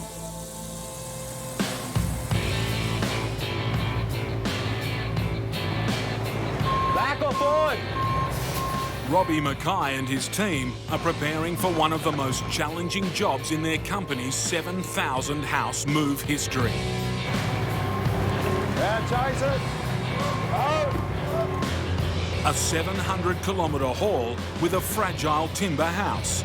So big, it needs 2 trucks. The house itself is 8 metres wide, 20 metres long. So it's a big chunk of house. Decent weights, like the trailers are running pretty much at their limits, carrying that sort of loads. Company owner Robbie is the brains of the operation and lead driver. And we're going to split the house in half. It's 2 sections going through, so we'll back this underneath, we'll push our steelwork in. We can both up at the same time, peel them apart. From their compound in Brisbane, the 2-truck convoy will wind its way north to the seaside town of Yeppoon. At 720 kilometres, it's 3 times further than a normal house move. We've got to be really pushing to get there on time, and we definitely don't need any dramas. But making things harder, their oversized permit takes them up rough, winding back roads. Oh, the gutter! With strict travel times. Yeah, real big job, a lot of pressure. Someone's got to do it, so might as well be me.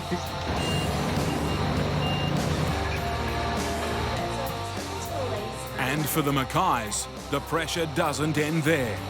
For Robbie's sister Ashley, moving a house this big means moving a mountain of paperwork. It's honestly been a nightmare for me trying to get it through permit. It's absolutely doing my head in constantly. It always comes down to the wire. I don't actually have the approvals yet, so we'll wait and see. Stress, danger, and long hours are an unavoidable part of this 50-year-old family business. Just a few months ago, another Mackay decided he'd had enough. Just follow that gutter. Yeah, my older brother Benny, he's pulled the pin, he's quit. Sad to see him leave, but he's got a young son, a couple of years old, and he just wants to spend some quality time with him, so he's just doing a local job in town. House removaling and family time don't really go together very well, so he's taken a step back. Stepping forward, house moving veteran of 26 years, Shane Burgess. Yep. He runs a tight ship, he's a hard man, you know, so yeah, he's not afraid to say whatever he's got to say to get the job done. Everyone stays awake, no one sleeps. If you sleep, you're sacked. Yeah, it's always a challenge. It's just one of them jobs that you either love it or hate it. I must love it. With the trailers now taking the full weight of the house, it's time to split it in two. We've just got to pull the sheets off the roof now, and then we can lay it apart. Easier said than done in an 80-house traffic jam. All the houses all jammed in here to make room. So yeah, it's a bit tight getting out, but we'll get it one way or the other. The trailer's hydraulics inch the house apart. Watch that other side on that. Now to drag the two parts out of the gridlock. Right, start turning, eh? Yeah, come around.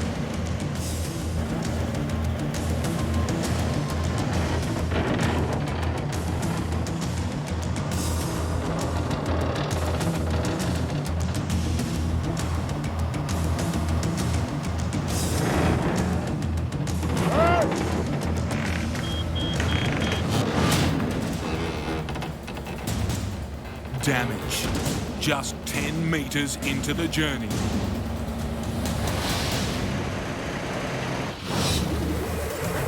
Oh shit, I forgot to turn the key on.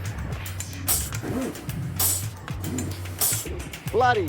In a rush to repair his clutch, Outback veteran Steve Graham has made a rookie mistake. He's run his air start engine out of air. I was running the clutch around to get to the lock so Chad could get the lock tab out, and I was getting low on air, and I just did it too many times without starting the truck up and building my air up. So now I don't have enough air to start the truck to build the air up. Time for a bush repair in the streets of Perth. Plug that in there and I'll hook up some steer tyres.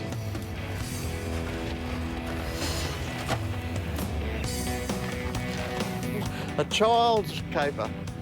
I'm robbing air from my steer tyres to start the engine. And then when the engine's running, I'll pump my steer tyres back up. And quite frankly, I feel like a dope that this is even happening. That's the air start pressure there. When the needle stops moving, I know that it's equalised. Right, I'm going for it, mate. The truck's building its own air up with its own compressor, and I'll re-pump my tyres up, and I'll be good to go when Chad's finished. Put it in gear.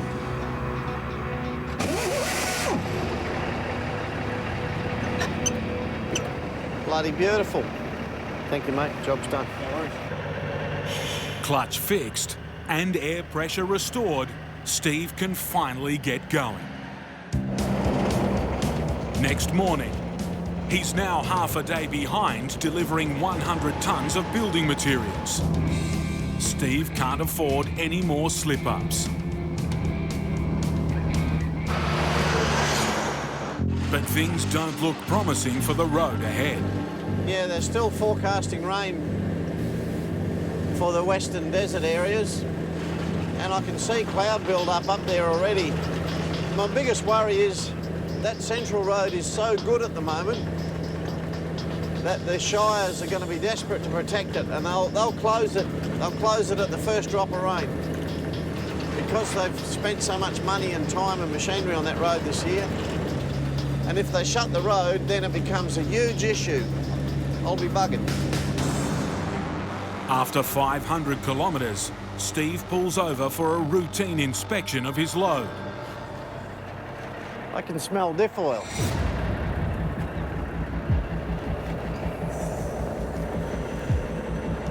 Ah, me. I absolutely don't believe it.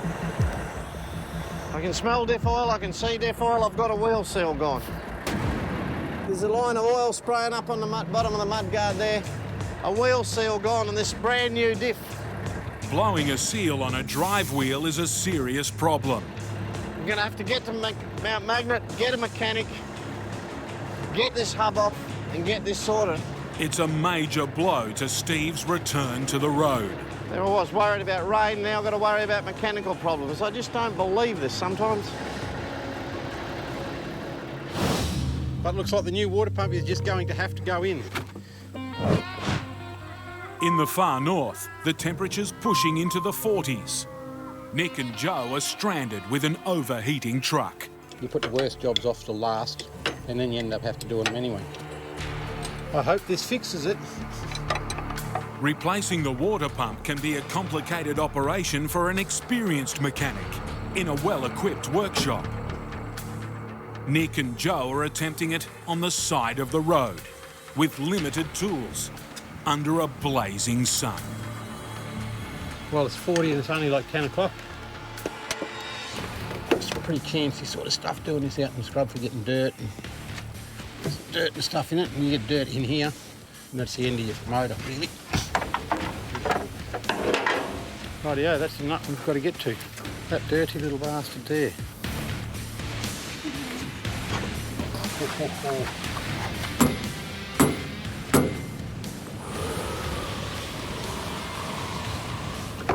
Don't drop it down in the yard. After 4 hours of painstaking work, the final touches. The do-or-die question, is that going to bloody fix a problem, or is the problem still going to be there? I hope it bloody fixed it, otherwise I'm going to be in for a slow trip back into town. The moment of truth.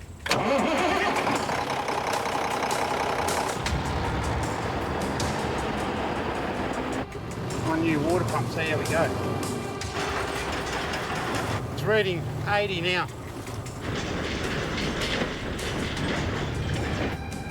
It isn't long. Back up to 100, over 100. Before their worst fears are realised. What is causing this? I don't find know.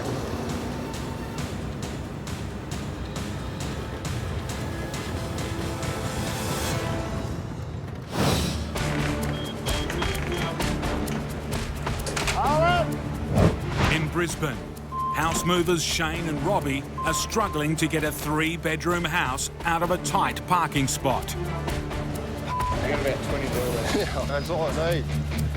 In this packed yard, the 20-metre home is one of the largest. Go out as wide as you can. Its turning circle, Ready to go, mate. gigantic. It's pretty long, so it takes a fair bit to get them out. These are the first painful steps. You got enough now? On a 700-kilometre journey. Yeah, I'm locking back. If they can get it out of the yard.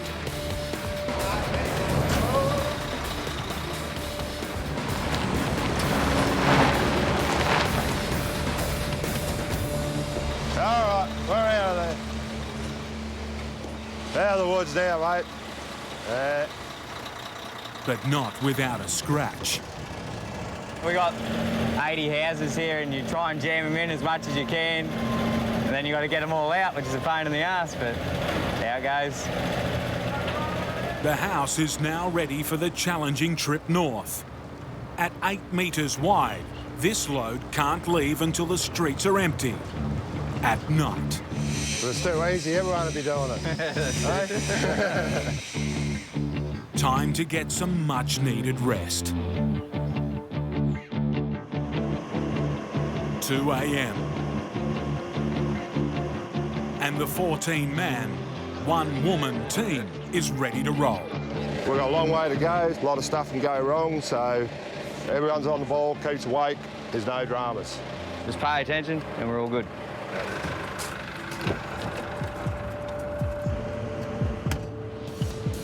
2 police escorts, 2 loaded trucks, 3 pilot cars and 2 maintenance vans, the 9-vehicle convoy stretches almost half a kilometre. But all eyes are on Robbie and Shane. Longer than a tennis court and wider than 4 family cars, hazards lurk around every corner. Through signs and round streets and under wires, and there's obstacles everywhere. All right, mate. All right. A lot of dangerous sort of things. It's just got to be aware of everything, you know. Now I've got to worry about mechanical problems. I just don't believe this sometimes. Steve Graham is chasing his second mechanic in just 12 hours. This time for a blown wheel seal. I absolutely don't believe it. He's racing 200 kilometres to the nearest town. After months off the road earning no money, Steve was looking for a smooth run. Get a mechanic, get this hub off and get this sorted. I just can't take a chance with the drama with this one.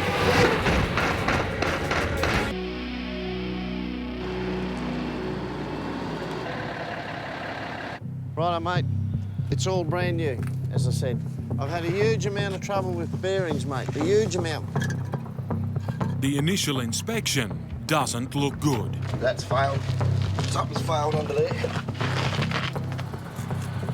Yep, she's We've got to get in there and see what the damage is. I've already rung the biggest customer, MRN. They need the freight. So once again, the pressure's down the end of that telephone. How long will it hold you up, Steve? As soon as there's an issue on the road, it goes back to how long will this keep you? The good news is I'm not seeing a lot of shiny metal in there. That's the good news. It could be a nightmare of a nightmare and huge money, but at this point in time, fingers crossed, I'm just looking down the barrel of either a loose or a replacement bearing. The real clues lie buried deep inside the truck's drivetrain. It's a test for Steve's repaired shoulder. The mechanic has found the cause. As Steve thought, it's a blown bearing seal. The bearing caps don't go all the way home, and when you're driving along, they fret and lock themselves up, and then you lose your bearing tension and do your seal. Replacing a seal should be a simple fix. But we can't fix it without parts, so now we're looking for parts. Fingers crossed he's got one.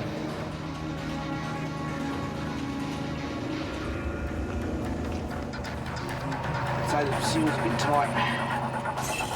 He's out of luck. Silvio hasn't got a seal on him that fits this truck. Steve could be stuck for a day, waiting for a new part. He's going to go for a drive around town, see some of his mates, and just see if we can jag one in town here this afternoon. If we can, it gets me rolling in the next couple of hours or so. The weather's picking up. That rain that we thought was around is definitely around. I just hope this is not happening out in the desert.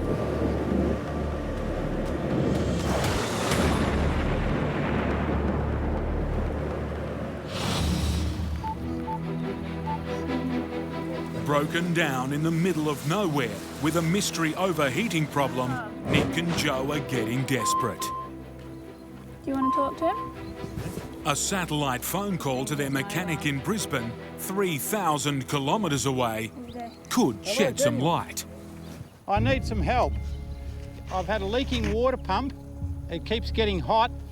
And now I've replaced the water pump, thermostat, and now it's pushing water back out through the header tank.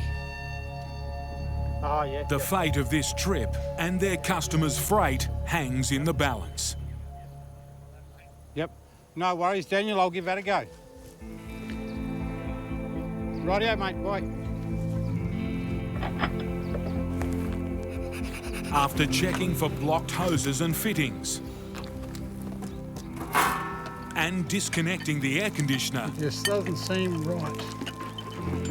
Nick's getting a sinking feeling. I'm just looking more and more like head gasket to me, dear. It's somewhere deeper inside the engine. And if it's a head, You've got major bloody problems. Pretty much the engine rebuild, really.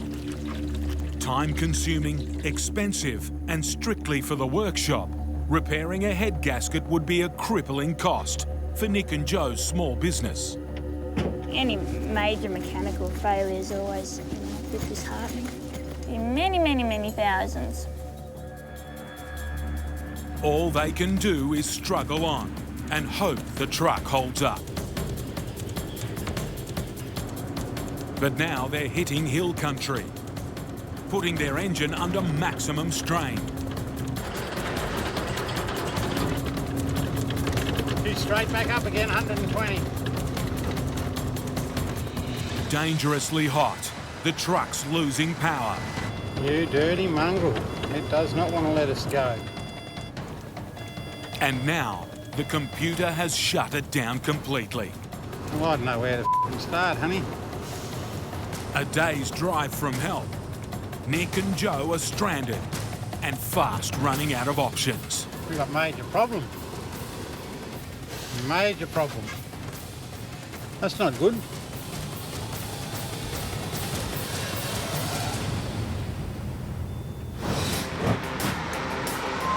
"3 a.m.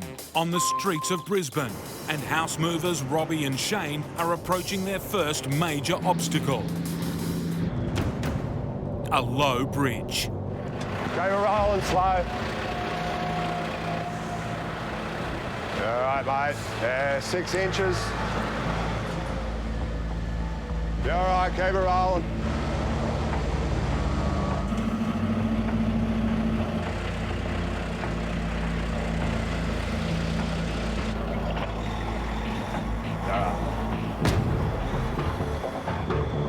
While they've made it, their oversized permit demands they're through Gympie, 100 kilometres away before sunrise.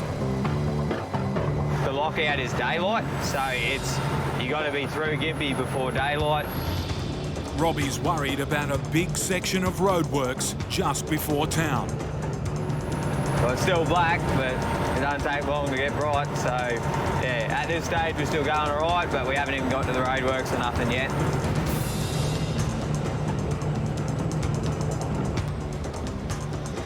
"30 minutes before sunup, signs of the roadworks ahead. When suddenly, the truck's engine is screaming.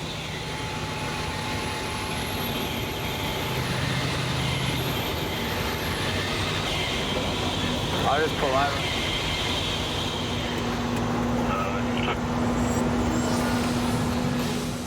The timing couldn't be worse. A breakdown could be the hammer blow to this demanding schedule. I don't want to get excited just yet, but I'm starting to feel good about this. 10 p.m. in the tiny town of Mount Magnet. After waiting 6 hours for a replacement part, Steve Graham is close to moving again. Bad news is, I've got customers complaining in Alice Springs already. I've rung them earlier and said I'm a day late. It's as simple as that. That you'll crawl over broken glass to get the job done. Everything depends on you. We're good to go.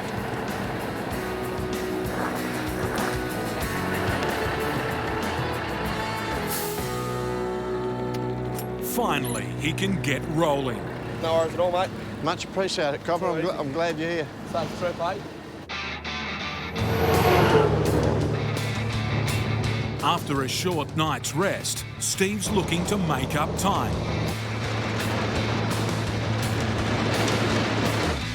As he heads into the desert, his worries about rain are evaporating. I think it's about 40 degrees out there.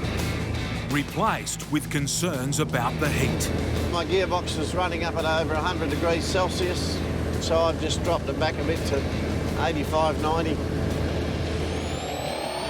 Ahead, the tarmac will give way to the dust and grinding dirt of the Great Central Road.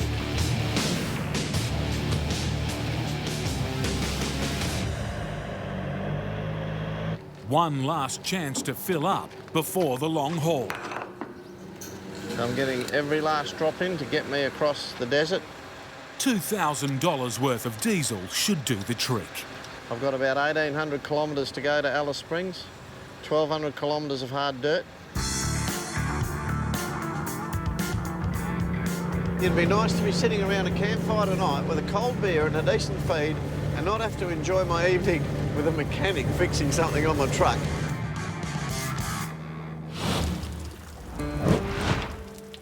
In the Kimberley, the brutal condition of the Gib has finally beaten Nick and Joe's truck. Just 150 kilometres from home. With night falling, they need to move their crippled truck off the road. I'll tow it up the top of there with a loader. Using a 100 horsepower loader to pull a 60-ton triple road train is a big ask, especially over one of the steepest hills on this track. Leave it out of gear? Leave it out of gear and I'll just... Steer or don't And just steer. For Joe, the pressure's on. Radio. Yellow button off. Yep. Get out of line and she could push Nick into the bush. Part of the job I hate. Am I like straight enough behind you or? Yeah, that's good. You just follow me. Oh, it just makes me feel sick. Adding to Joe's stress, even idling, the truck's still dangerously hot. It's at 102 it's just sitting on. But the only way over the hill ahead is with the truck and loader working together. I wouldn't want to be going halfway up there and then have it get hot and shut down and then it's just a world of hurt, you know, so. The big climb begins. Them two levers on your gear stick, honey, push them both down. They're down.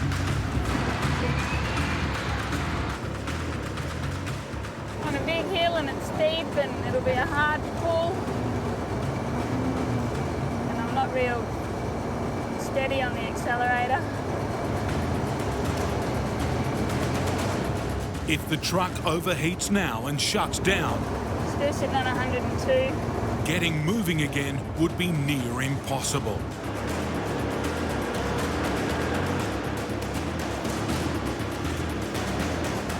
Last little bit.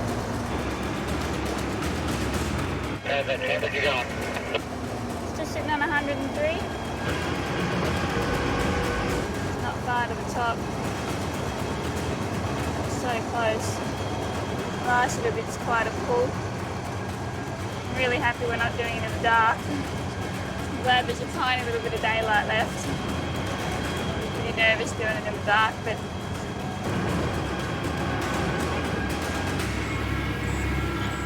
They're over the ridge and can move off the road. Stay out right out that way.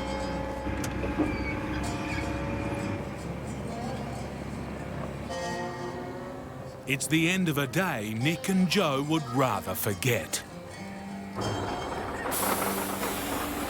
Switch off there, you mongrel thing. After 14 hours of back-breaking work,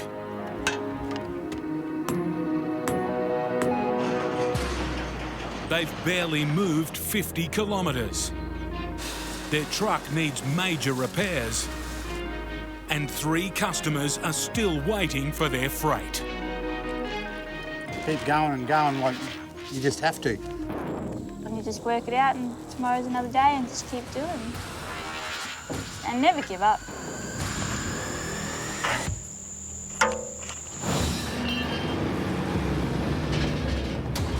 The Mackay's house-moving convoy is rushing to get past Gympie before sunrise. But it's come to a sudden stop. Oh, is it the fan?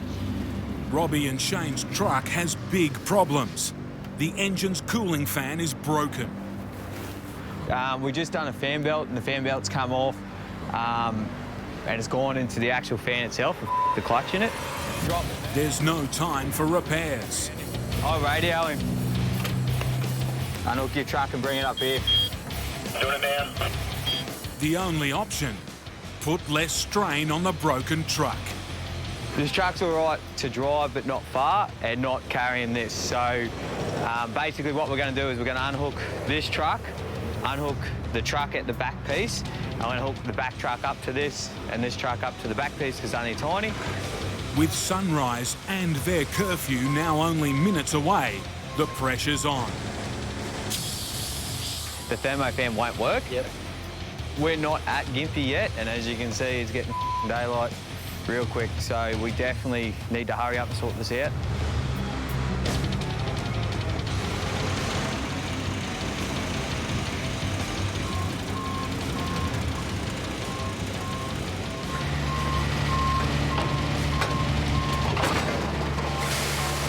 All right, boys.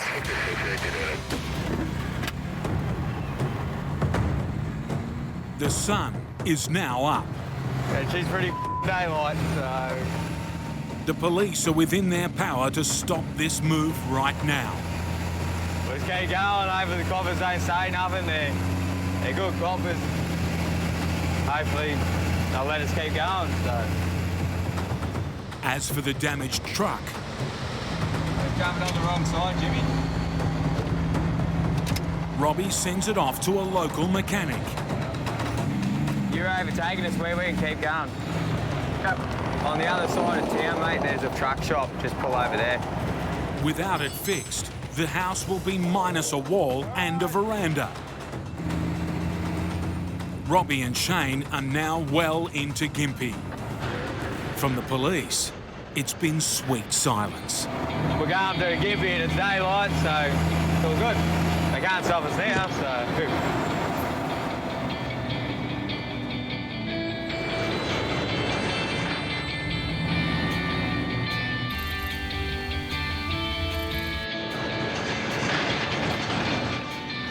That's the end of Gympie, so we're all good again.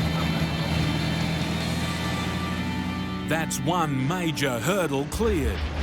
But Robbie can't relax yet. Things can always go worse.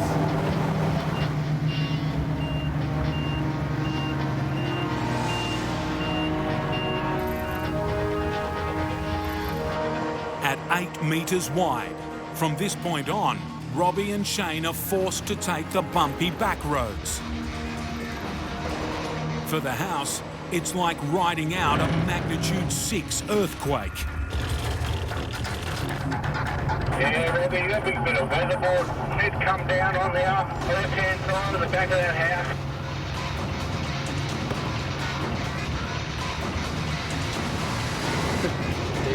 There it goes. Mackay and Sons have built their reputation on delivering homes in good condition. Yeah, we'll pull up next man. But this house is letting the side down. Oh, it's just not nailed off properly. It's only been nailed on with cool nails, see? With 200 kilometres still to go, Shane and Robbie will have to fight tooth and nail to get this job done.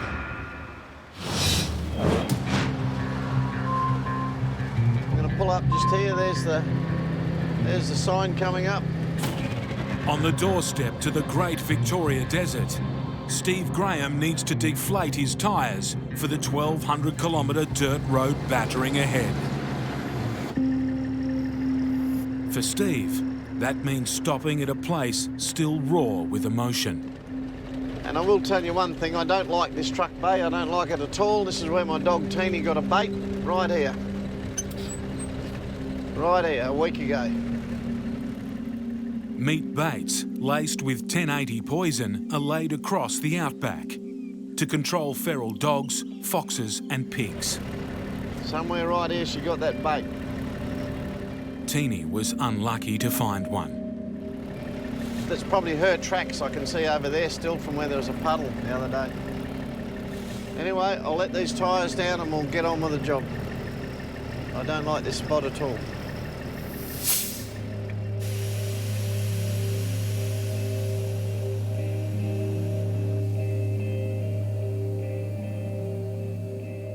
And there's my dog's tracks there.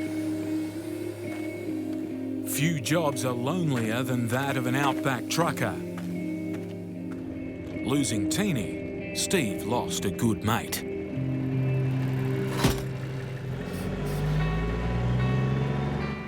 As Steve settles into the road, he's hoping to leave his run of bad luck behind him. The first couple of days weren't much fun. You know, the first night out, clutch adjustment. The second night, wheel bearing failure in Mount Magnet.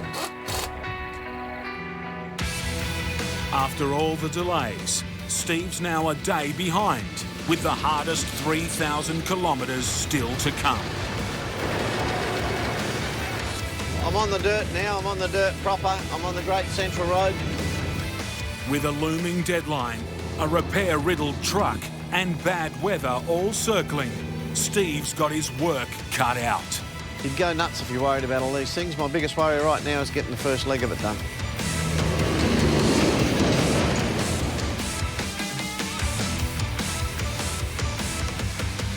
In the remote northern reaches of Western Australia. How's that temperature going? Just sitting on 103. Right, yep. Just a day's drive from their final destination, Nick and Joe's embattled truck has finally called it quits. I'm really happy we're not doing it in the dark. I'm glad there's a tiny little bit of daylight left. Just back off in first gear. Stop there. It's not how this married couple imagined ending this trip when they started it 9 days ago. From Kununurra, Nick and Joe have already delivered vital supplies to stations along the rough road to Columbaroo and Honeymoon Bay. But it's been the return journey which has given them the most grief. It's always rough. Loaded down with important mining samples, construction materials and a four-wheel drive.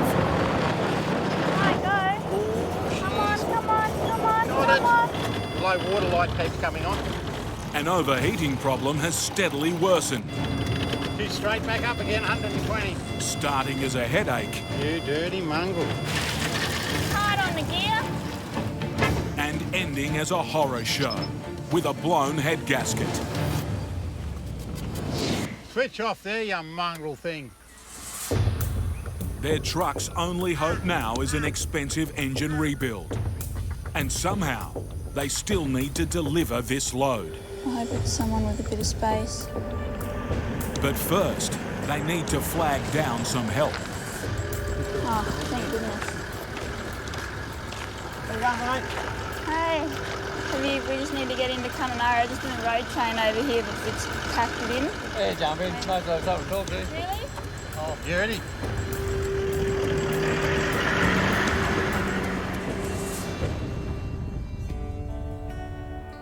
Next day, in the town of Kununurra, Nick and Joe have expensive repair bills weighing on their minds.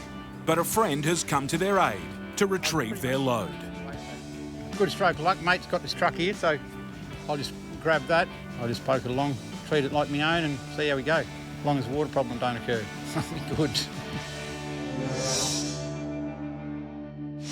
Got spare tyre and got plenty of water, because we seem to need a lot of water when we go trucking. Well, thanks heaps, Ryan. You bloody saved our arse. Really. No worries, eh? Appreciate it heaps. Thanks, mate. No worries. Yeah, and I'll buddy, hopefully won't wreck it on you. Nah. Have a good trip, mate. Well, Yeah, no worries, We'll Ryan. catch you tomorrow. Thanks, Midday mate. or something. See ya. Come on, let's hit the frog and toad. Using a mate's tip truck to tow a road train over the Gibb River Road is far from ideal. The plan? Tow the freight out first, then go back for the crippled truck. I'm going to bring them two trailers into town because that's all personal freight for everybody in town here. They're a day late, day and a half late.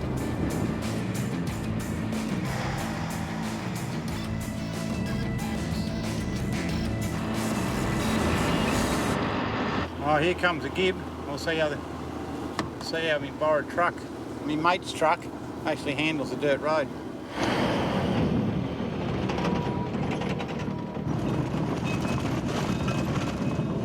none of it's real smooth. It's going to be a pretty slow trip.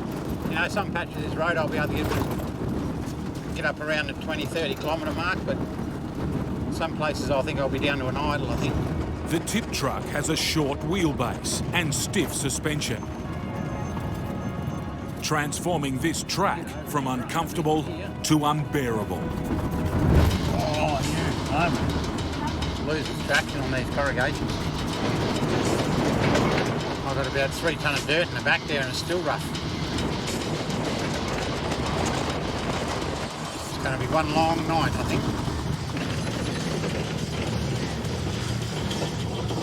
At 10 kilometres per hour and with 120 more k's still to drive, Nick and Joe are in for a bone-busting journey.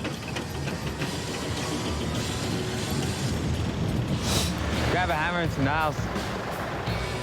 On the other side of the continent, in Miriam Vale, Queensland, Robbie Mackay's house move has come to a sudden halt. In the middle of the main street. It's just not nailed off properly. It's only been nailed on with cool nails, see? Rough roads are taking their toll on the timber home. And on Robbie.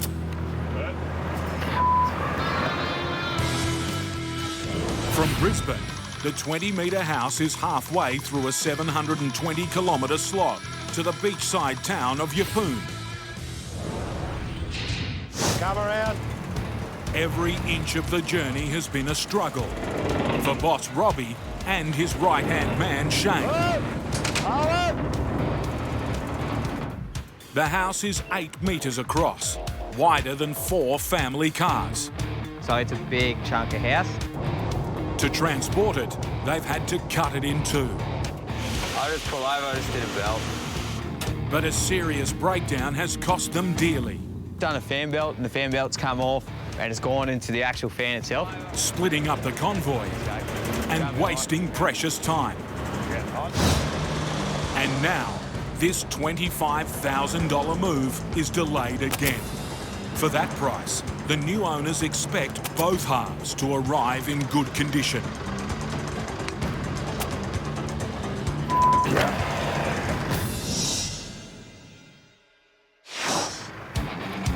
Grab a hammer. Weather boards are all popping off, so put a few nails in them.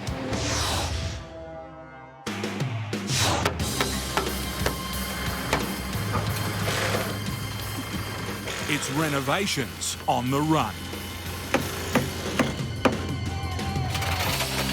Hey boy, let's go. 170 kilometres ahead is the town of Rockhampton.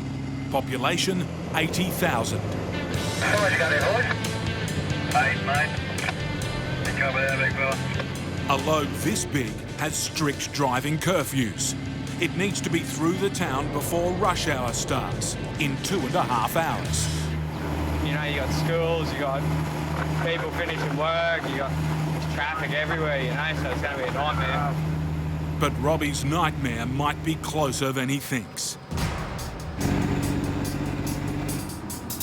Unexpected roadworks to slow him again.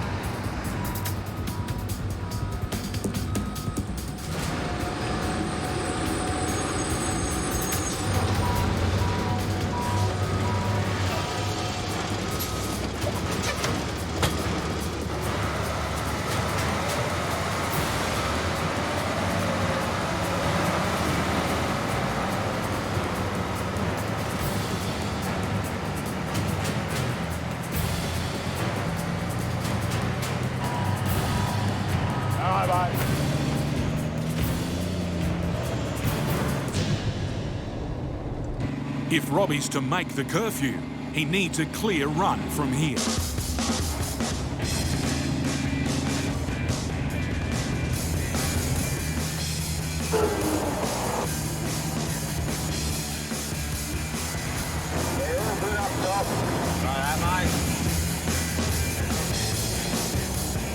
They're making good time.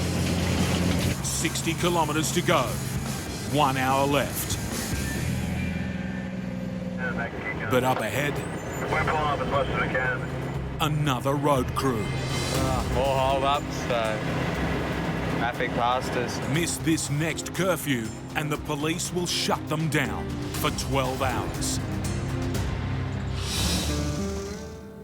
On the western edge of the Great Victoria Desert, near the town of Laverton.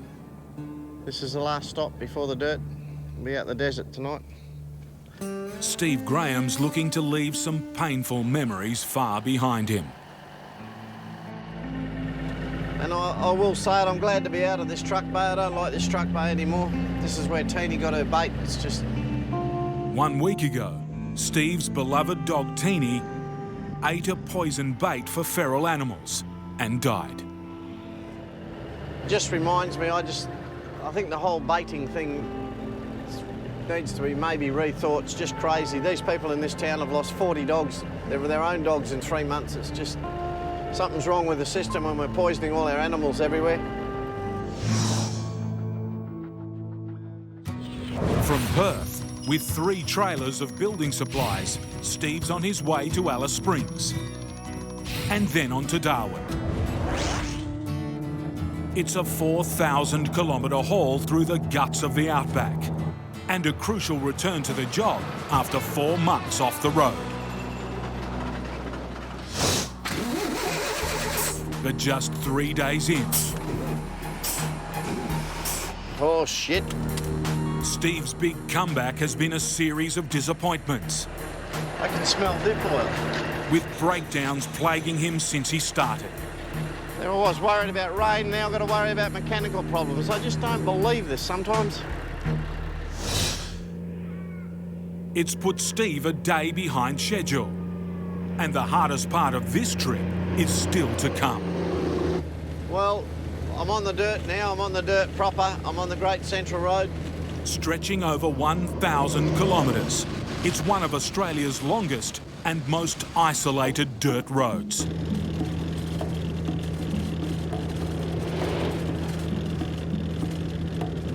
But you wouldn't know it today. Copy, mate. We're just coming around you. Yeah, roger. Bring it through.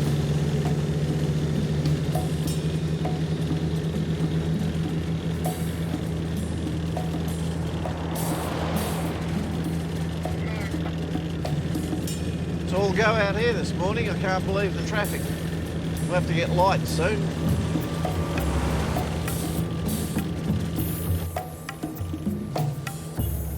Rush hour over.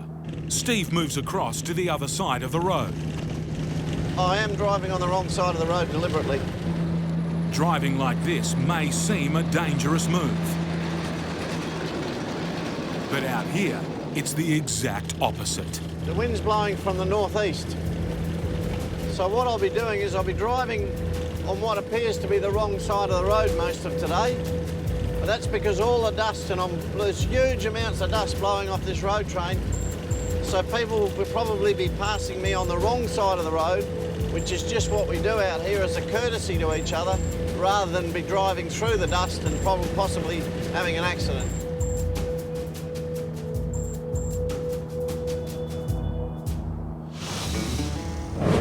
In the far north, on the Gibb River Road, Nick and Joe have survived a 6-hour battering from the rough road. You got coffee there? With only 5 hours sleep, they've arrived at their broken down truck, exhausted. Bloody rough. Oh, it was shocking. 6 hours to do 200k from Kununurra. Great going, isn't it? Be good to get freight to people tomorrow, so hopefully today, this afternoon. That's the plan anyway, my brain's not working. It fell out on the road up there somewhere. There's no time to recover. Their freight is now a day overdue. I just need to back up a little bit. First task, hook up the tip truck. A straightforward job of releasing a lever. Whereas that pin needs to come all the way up further. If the lever works. Can't get it at all. dirt gets in like around the spring Around the top of it, yeah. Around the top. I don't know how to explain it. You said you can pull that up. I hope it's going. The tow hitch is a simple device, but if Nick can't fix it, he can't move the freight.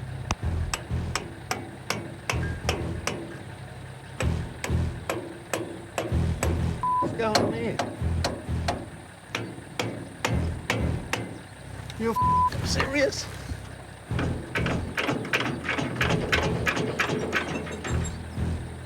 Coming up.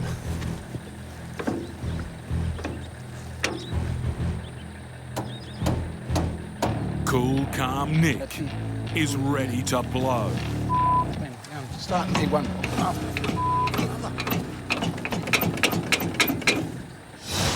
In Queensland, they've got the road closed for the roadworks here. It's a race to make it to the town of Rockhampton before rush hour. You get past them, Kenworth?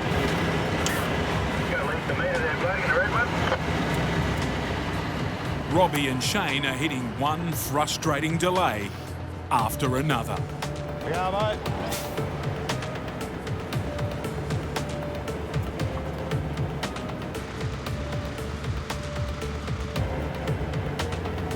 Yeah, mate, good to go. It's now 3:30. The house movers have 30 minutes to drive 20 kilometres and get through Rockhampton before the police shut them down. Yeah, time's getting away. Now we really got to push it.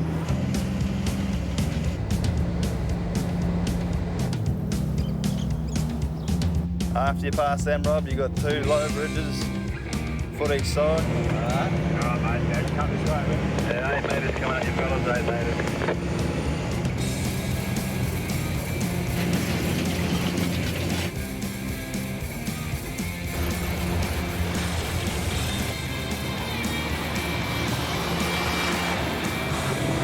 We're just about in Rocky.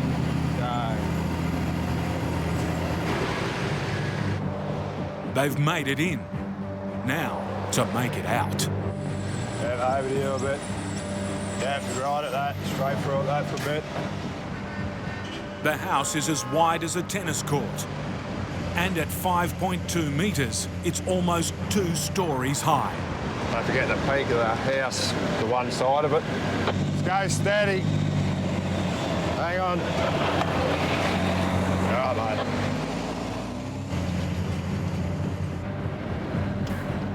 While the police stop the traffic. Go to you, Shane.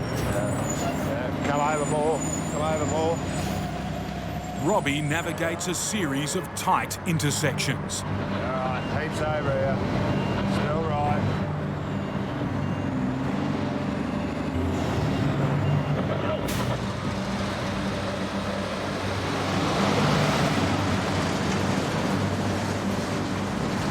All right, back over to me. All right, still right. Yeppoon's the next town, basically, so we turn right to go towards Yeppoon. It's a coastal town. It's the last turn out of town, but it's the tightest. Yeah. We wanted to take that slip lane. All 4 directions of traffic have been stopped, but there's still not enough room to make the turn. Is there anything behind me? Back up so you can get across that slip lane. I'll cut through this paddock here, I'll just turn straight over this island. Yeah. Traffic is backing up, and drivers are getting impatient. Why would you leave the house around 3 o'clock? Why? In the Great Victoria Desert, I am driving on the wrong side of the road deliberately. in high winds, Steve Graham's 53-metre road train is whipping up a storm of dust. He's driving on the wrong side of the road to stop the dust cloud blinding other drivers.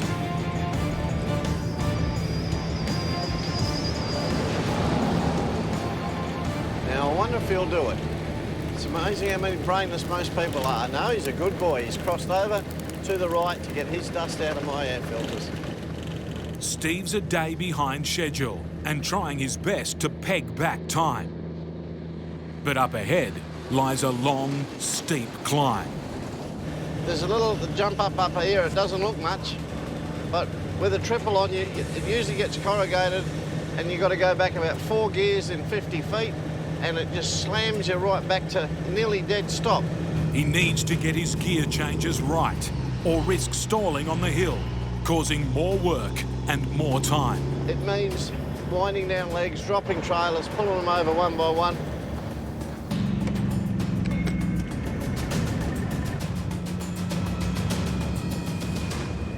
Well, that's excellent. I had a good run over the jump up today, thank goodness for that. I'll pull up and check my gear.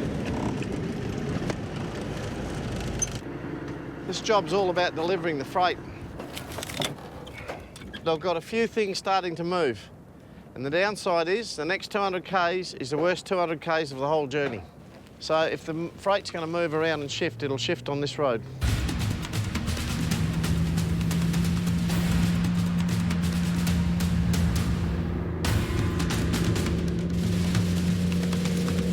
Running late, with a load urgently needed. This bit of road is always a mongrel, this will test you. So we've got to take what comes, I suppose. 200 kilometres left of it. This road is doing all it can to smash Steve's schedule to pieces. Last chance this road's got to throw a bit of rubbish at me, and it's doing it.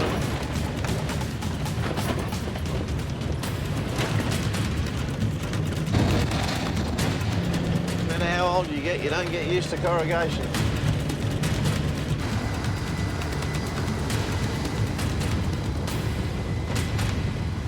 You're serious? After 10 days of fixing complicated mechanical problems, I just don't know why it won't come undone. Nick Atkins is coming undone over a simple jammed tow hitch. Oh, for sake. Customers are expecting their freight tonight. Miss this deadline and Nick and Joe risk losing future work. Because that might push some of the dirt out.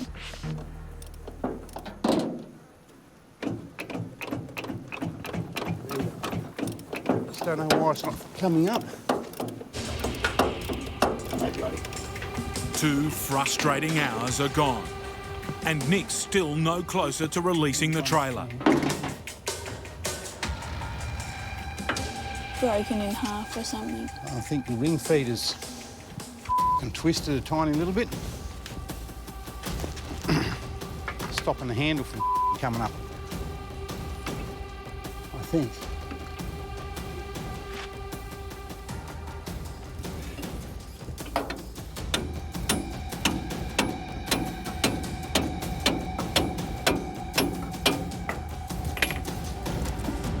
That got it.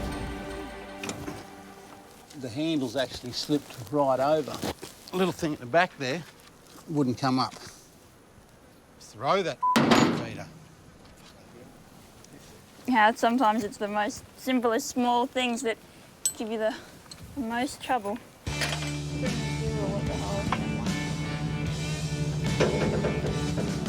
If the morning starts off like that, what's the day going to be like? Next problem, rearrange the load. Over here. With all 3 trailers, the borrowed tip truck will be over length. Nick and Joe need to squeeze their freight onto 2. And that way, that's all our freight back to town. Just come forward a bit.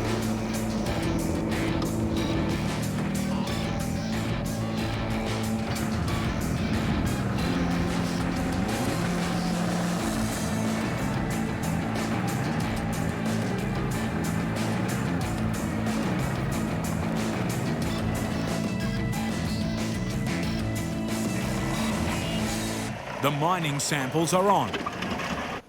Now for the 4-wheel drive. You ready? Need to hold that up so that it doesn't hit the tail shaft. Get this wrong, and a $30,000 car could slide clean off the loader. And lay them along the fork, that way. Oh, sorry.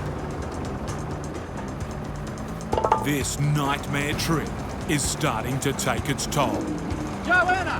What? It only has to go where the forks are sitting. That's it. Just put them straight along the forks. Don't stick them out like that. That's what I did before and you said not to. On the east coast, Robbie Mackay is taking the long way around a corner too tight for his 20-metre load. The pressure's on Robbie to make this quick. Traffic's backing up and drivers are getting frustrated. We head out just from Toowoomba to Totem. We had to do it at night time and you had to be off the road by 7 o'clock. That's right, Bob, because you were in the middle of town. Once you were out in the country area, you were only allowed to travel daylight hours. Robbie's got to stay focused and get on with the job.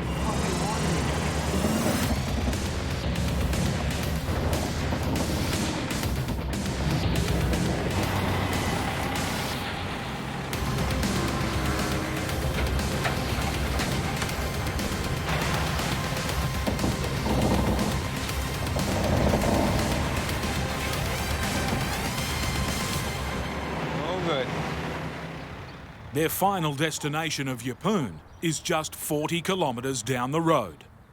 But the boys in blue aren't letting them go just yet. You ride to do your logbook to give you an hour's break somewhere, so 12 hours driving? Yep. Robbie's time at the wheel is up. Yeah, I've just ran out of hours on my logbook, so I can't drive anymore. So luckily Shane's here. So we'll just swap over. After 12 hours of intense driving, he now has the responsibility of guiding the load through the hazards ahead. Slow down for these wires. And the last few kilometres into Yeppoon promise to be the biggest test yet. Right, mate, bring around, bring around.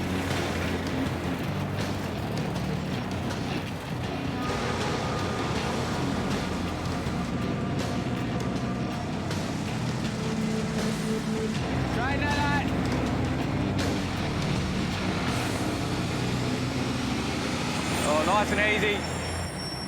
Yeah, you're right, Logan. This neighbourhood is a tangle of low-hanging power lines. Heaps on the wire, mate.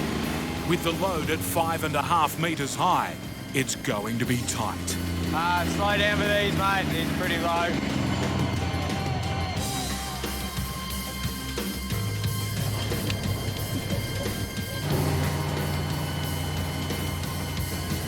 Keep it rolling. Whoa! Whoa!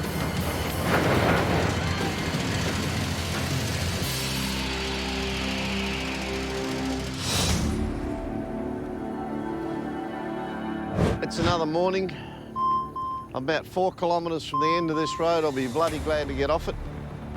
After pushing hard to make up lost time, Steve Graham's body and load have taken a beating.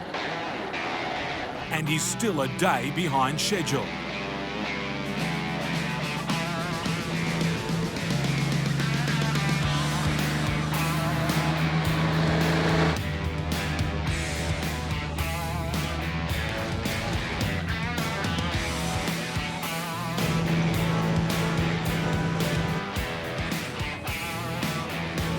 Just turned onto the Stewart Highway at Earl Dunder, and I'm on the last run into Alice Springs now.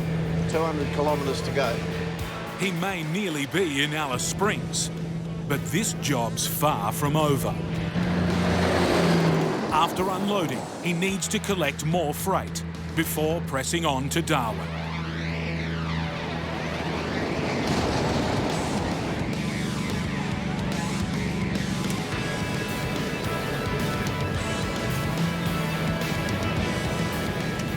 Well, here we are. That's another one in, thank goodness for that.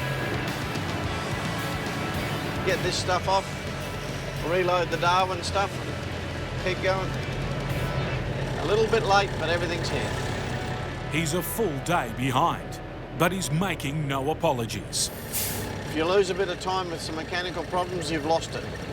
Trying to get it back only creates more mechanical problems. You've got that 1,200 kilometres of dirt. You try and rush, you just break more stuff or you break the freight. After getting it here in one piece, the pressure's on to unload quickly.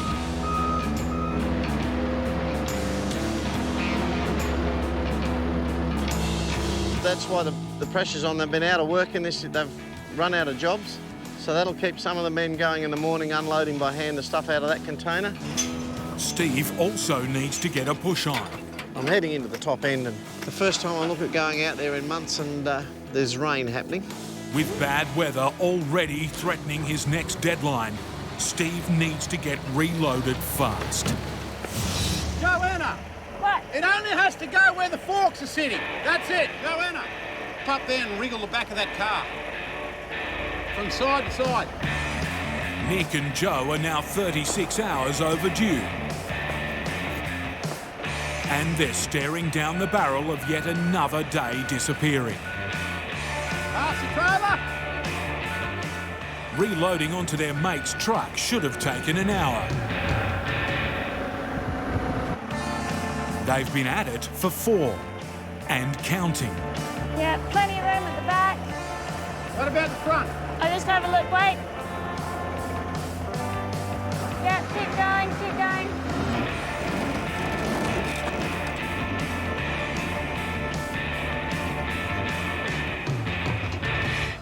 After 7 years in the business, this trip is proving to be one of the toughest. I reckon it was our second worst trip in 7 years, but I think possibly it's heading up towards first place.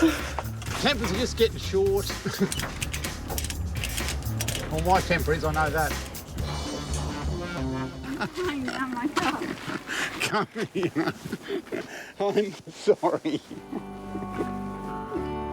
At last, this load is ready for the final push. Rightio, ready to make a move.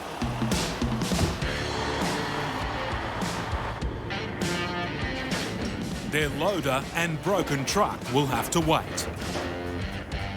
The priority now is the freight.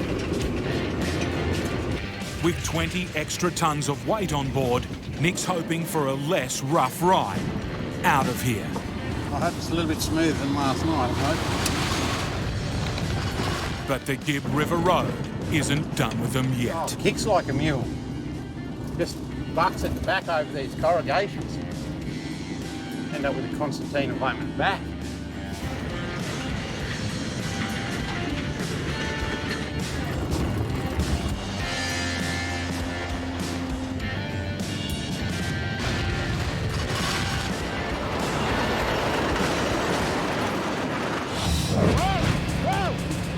In the suburbs of Yeppoon, Back up a little bit. Robbie and Shane's 3-bedroom house has almost caused a blackout. I'll pack it up. The roof is centimetres from power lines. Hit them, and 240 volts would be sent swinging to the ground. It's just a low line here, so I'll just poke it up so Shane can get underneath it. Time to break out the hot stick, an insulated fiberglass pole.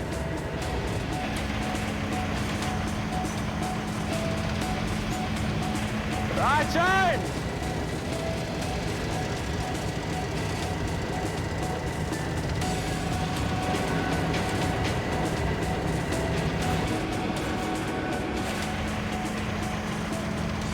Go slow.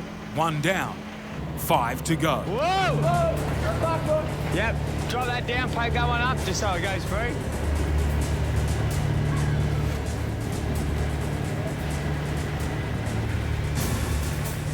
Is that free? Crawl up! 2 metres! The traffic's backing up. You're all right, keep going! But this is one part of the job the boys can't afford to rush. Over there! You just poke this up. Grab this one, Bush.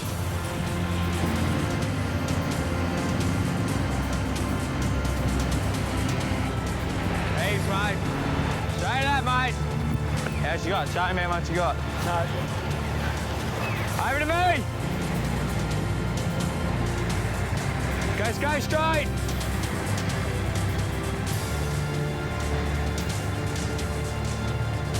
You're all mate, keep going straight.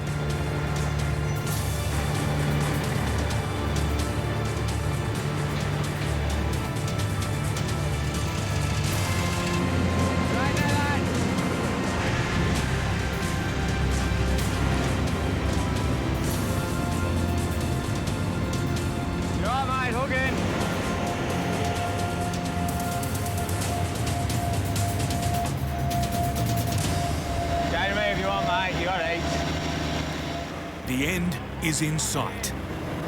This is the block here. That's it then.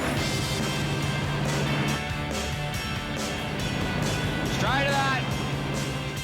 One last corner. Yeah, mate. And this monster move is over. Go another 2 metres and you're off the road. You all right? For Robbie, it's a relief to finally get it here. Dramas with the truck, dramas with the weatherboards. It's been a white-knuckle 15 hours on the road. About 6 inches on top of it. With breakdowns. I see the fan. Delays. We definitely need to hurry up and sort this out. And damage. It's just not nailed off properly. The second section of the house is still 100 kilometres away. We're still waiting on the other half, so there'll be a couple of hours yet. But it's here, that's the main thing, so all's well that ends well. And another customer has their car sorted. Well, most of it. There's been some rain out there. I've got an eye on the weather map. With one eye on the sky and another on his new freight, Steve Graham's pushing to get loaded and leave. I've got a wrecked Toyota here that a wrecker in Perth bought out of a pickles auction about 2 months ago, and he's desperate to get that. How am I looking now, mate? I wouldn't go that much more.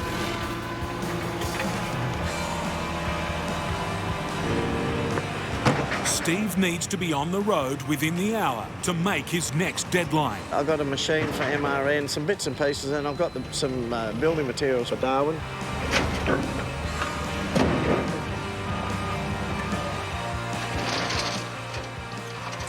Look at that stick, that'll reach for your binder. Righto, this is it. I'm loaded in Alice Springs, so all right, I'm into it. 1,500 hard kilometres stand between Steve and Darwin. And overhead, an old enemy, the weather. The severe thunderstorm advice for up here, areas up here, damaging winds. This truck was written off a few years ago nearly by a thunderstorm. The hail was like shaving 20-cent pieces. It was coming in, smashed every bit of glass down the left-hand side, blew half my load off on the road. So I get, I pay attention when it says with damaging winds, I get ready.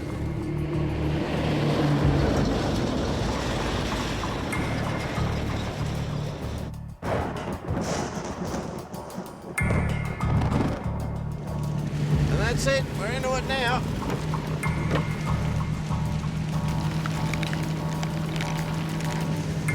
One thing about this business, it's a business of extremes, and that wind is awfully strong.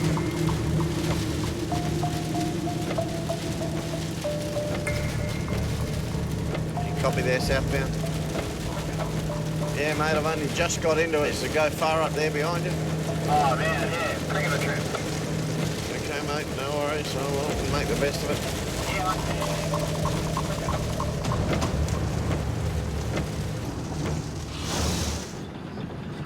It's been a bit of a nightmare, this one. The Gibb River Road is still torturing Nick and Joe. Won't be getting none of this unloaded today. 100 kilometres of bone-jarring track has taken 5 long hours. 30k on the dirt and then we're on the bitumen.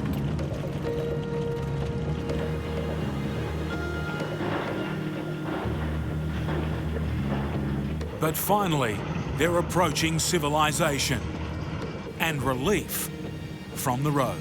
Just over there. Yeah, be very happy when we get there.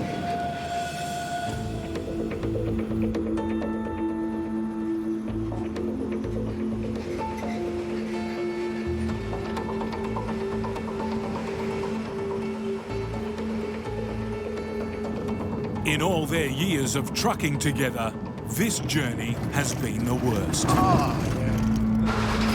But it is a pretty poor excuse for a road, really.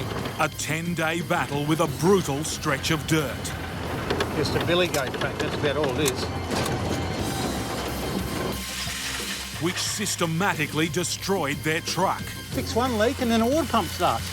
Stretched their expertise. I hope this fixes it. And tested their determination. But never defeated their spirits. Good to be back here. It's a relief, that's for sure. It's a relief this job is done.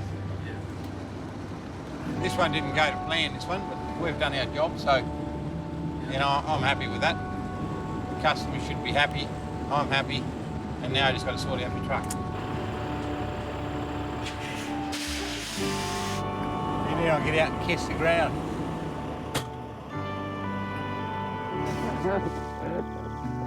Nice to be home. It is nice to be home. It's nice to be here, that's for sure.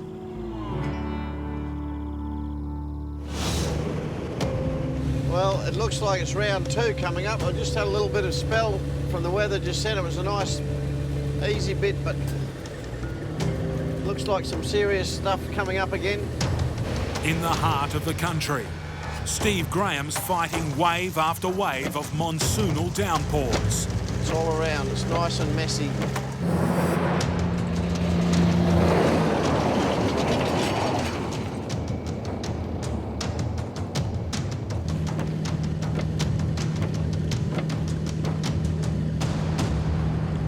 Finally. Out there on the Barclay, that's that storm. I think we've got to the west and the north of it. It gave us round 2, but we got through it all right.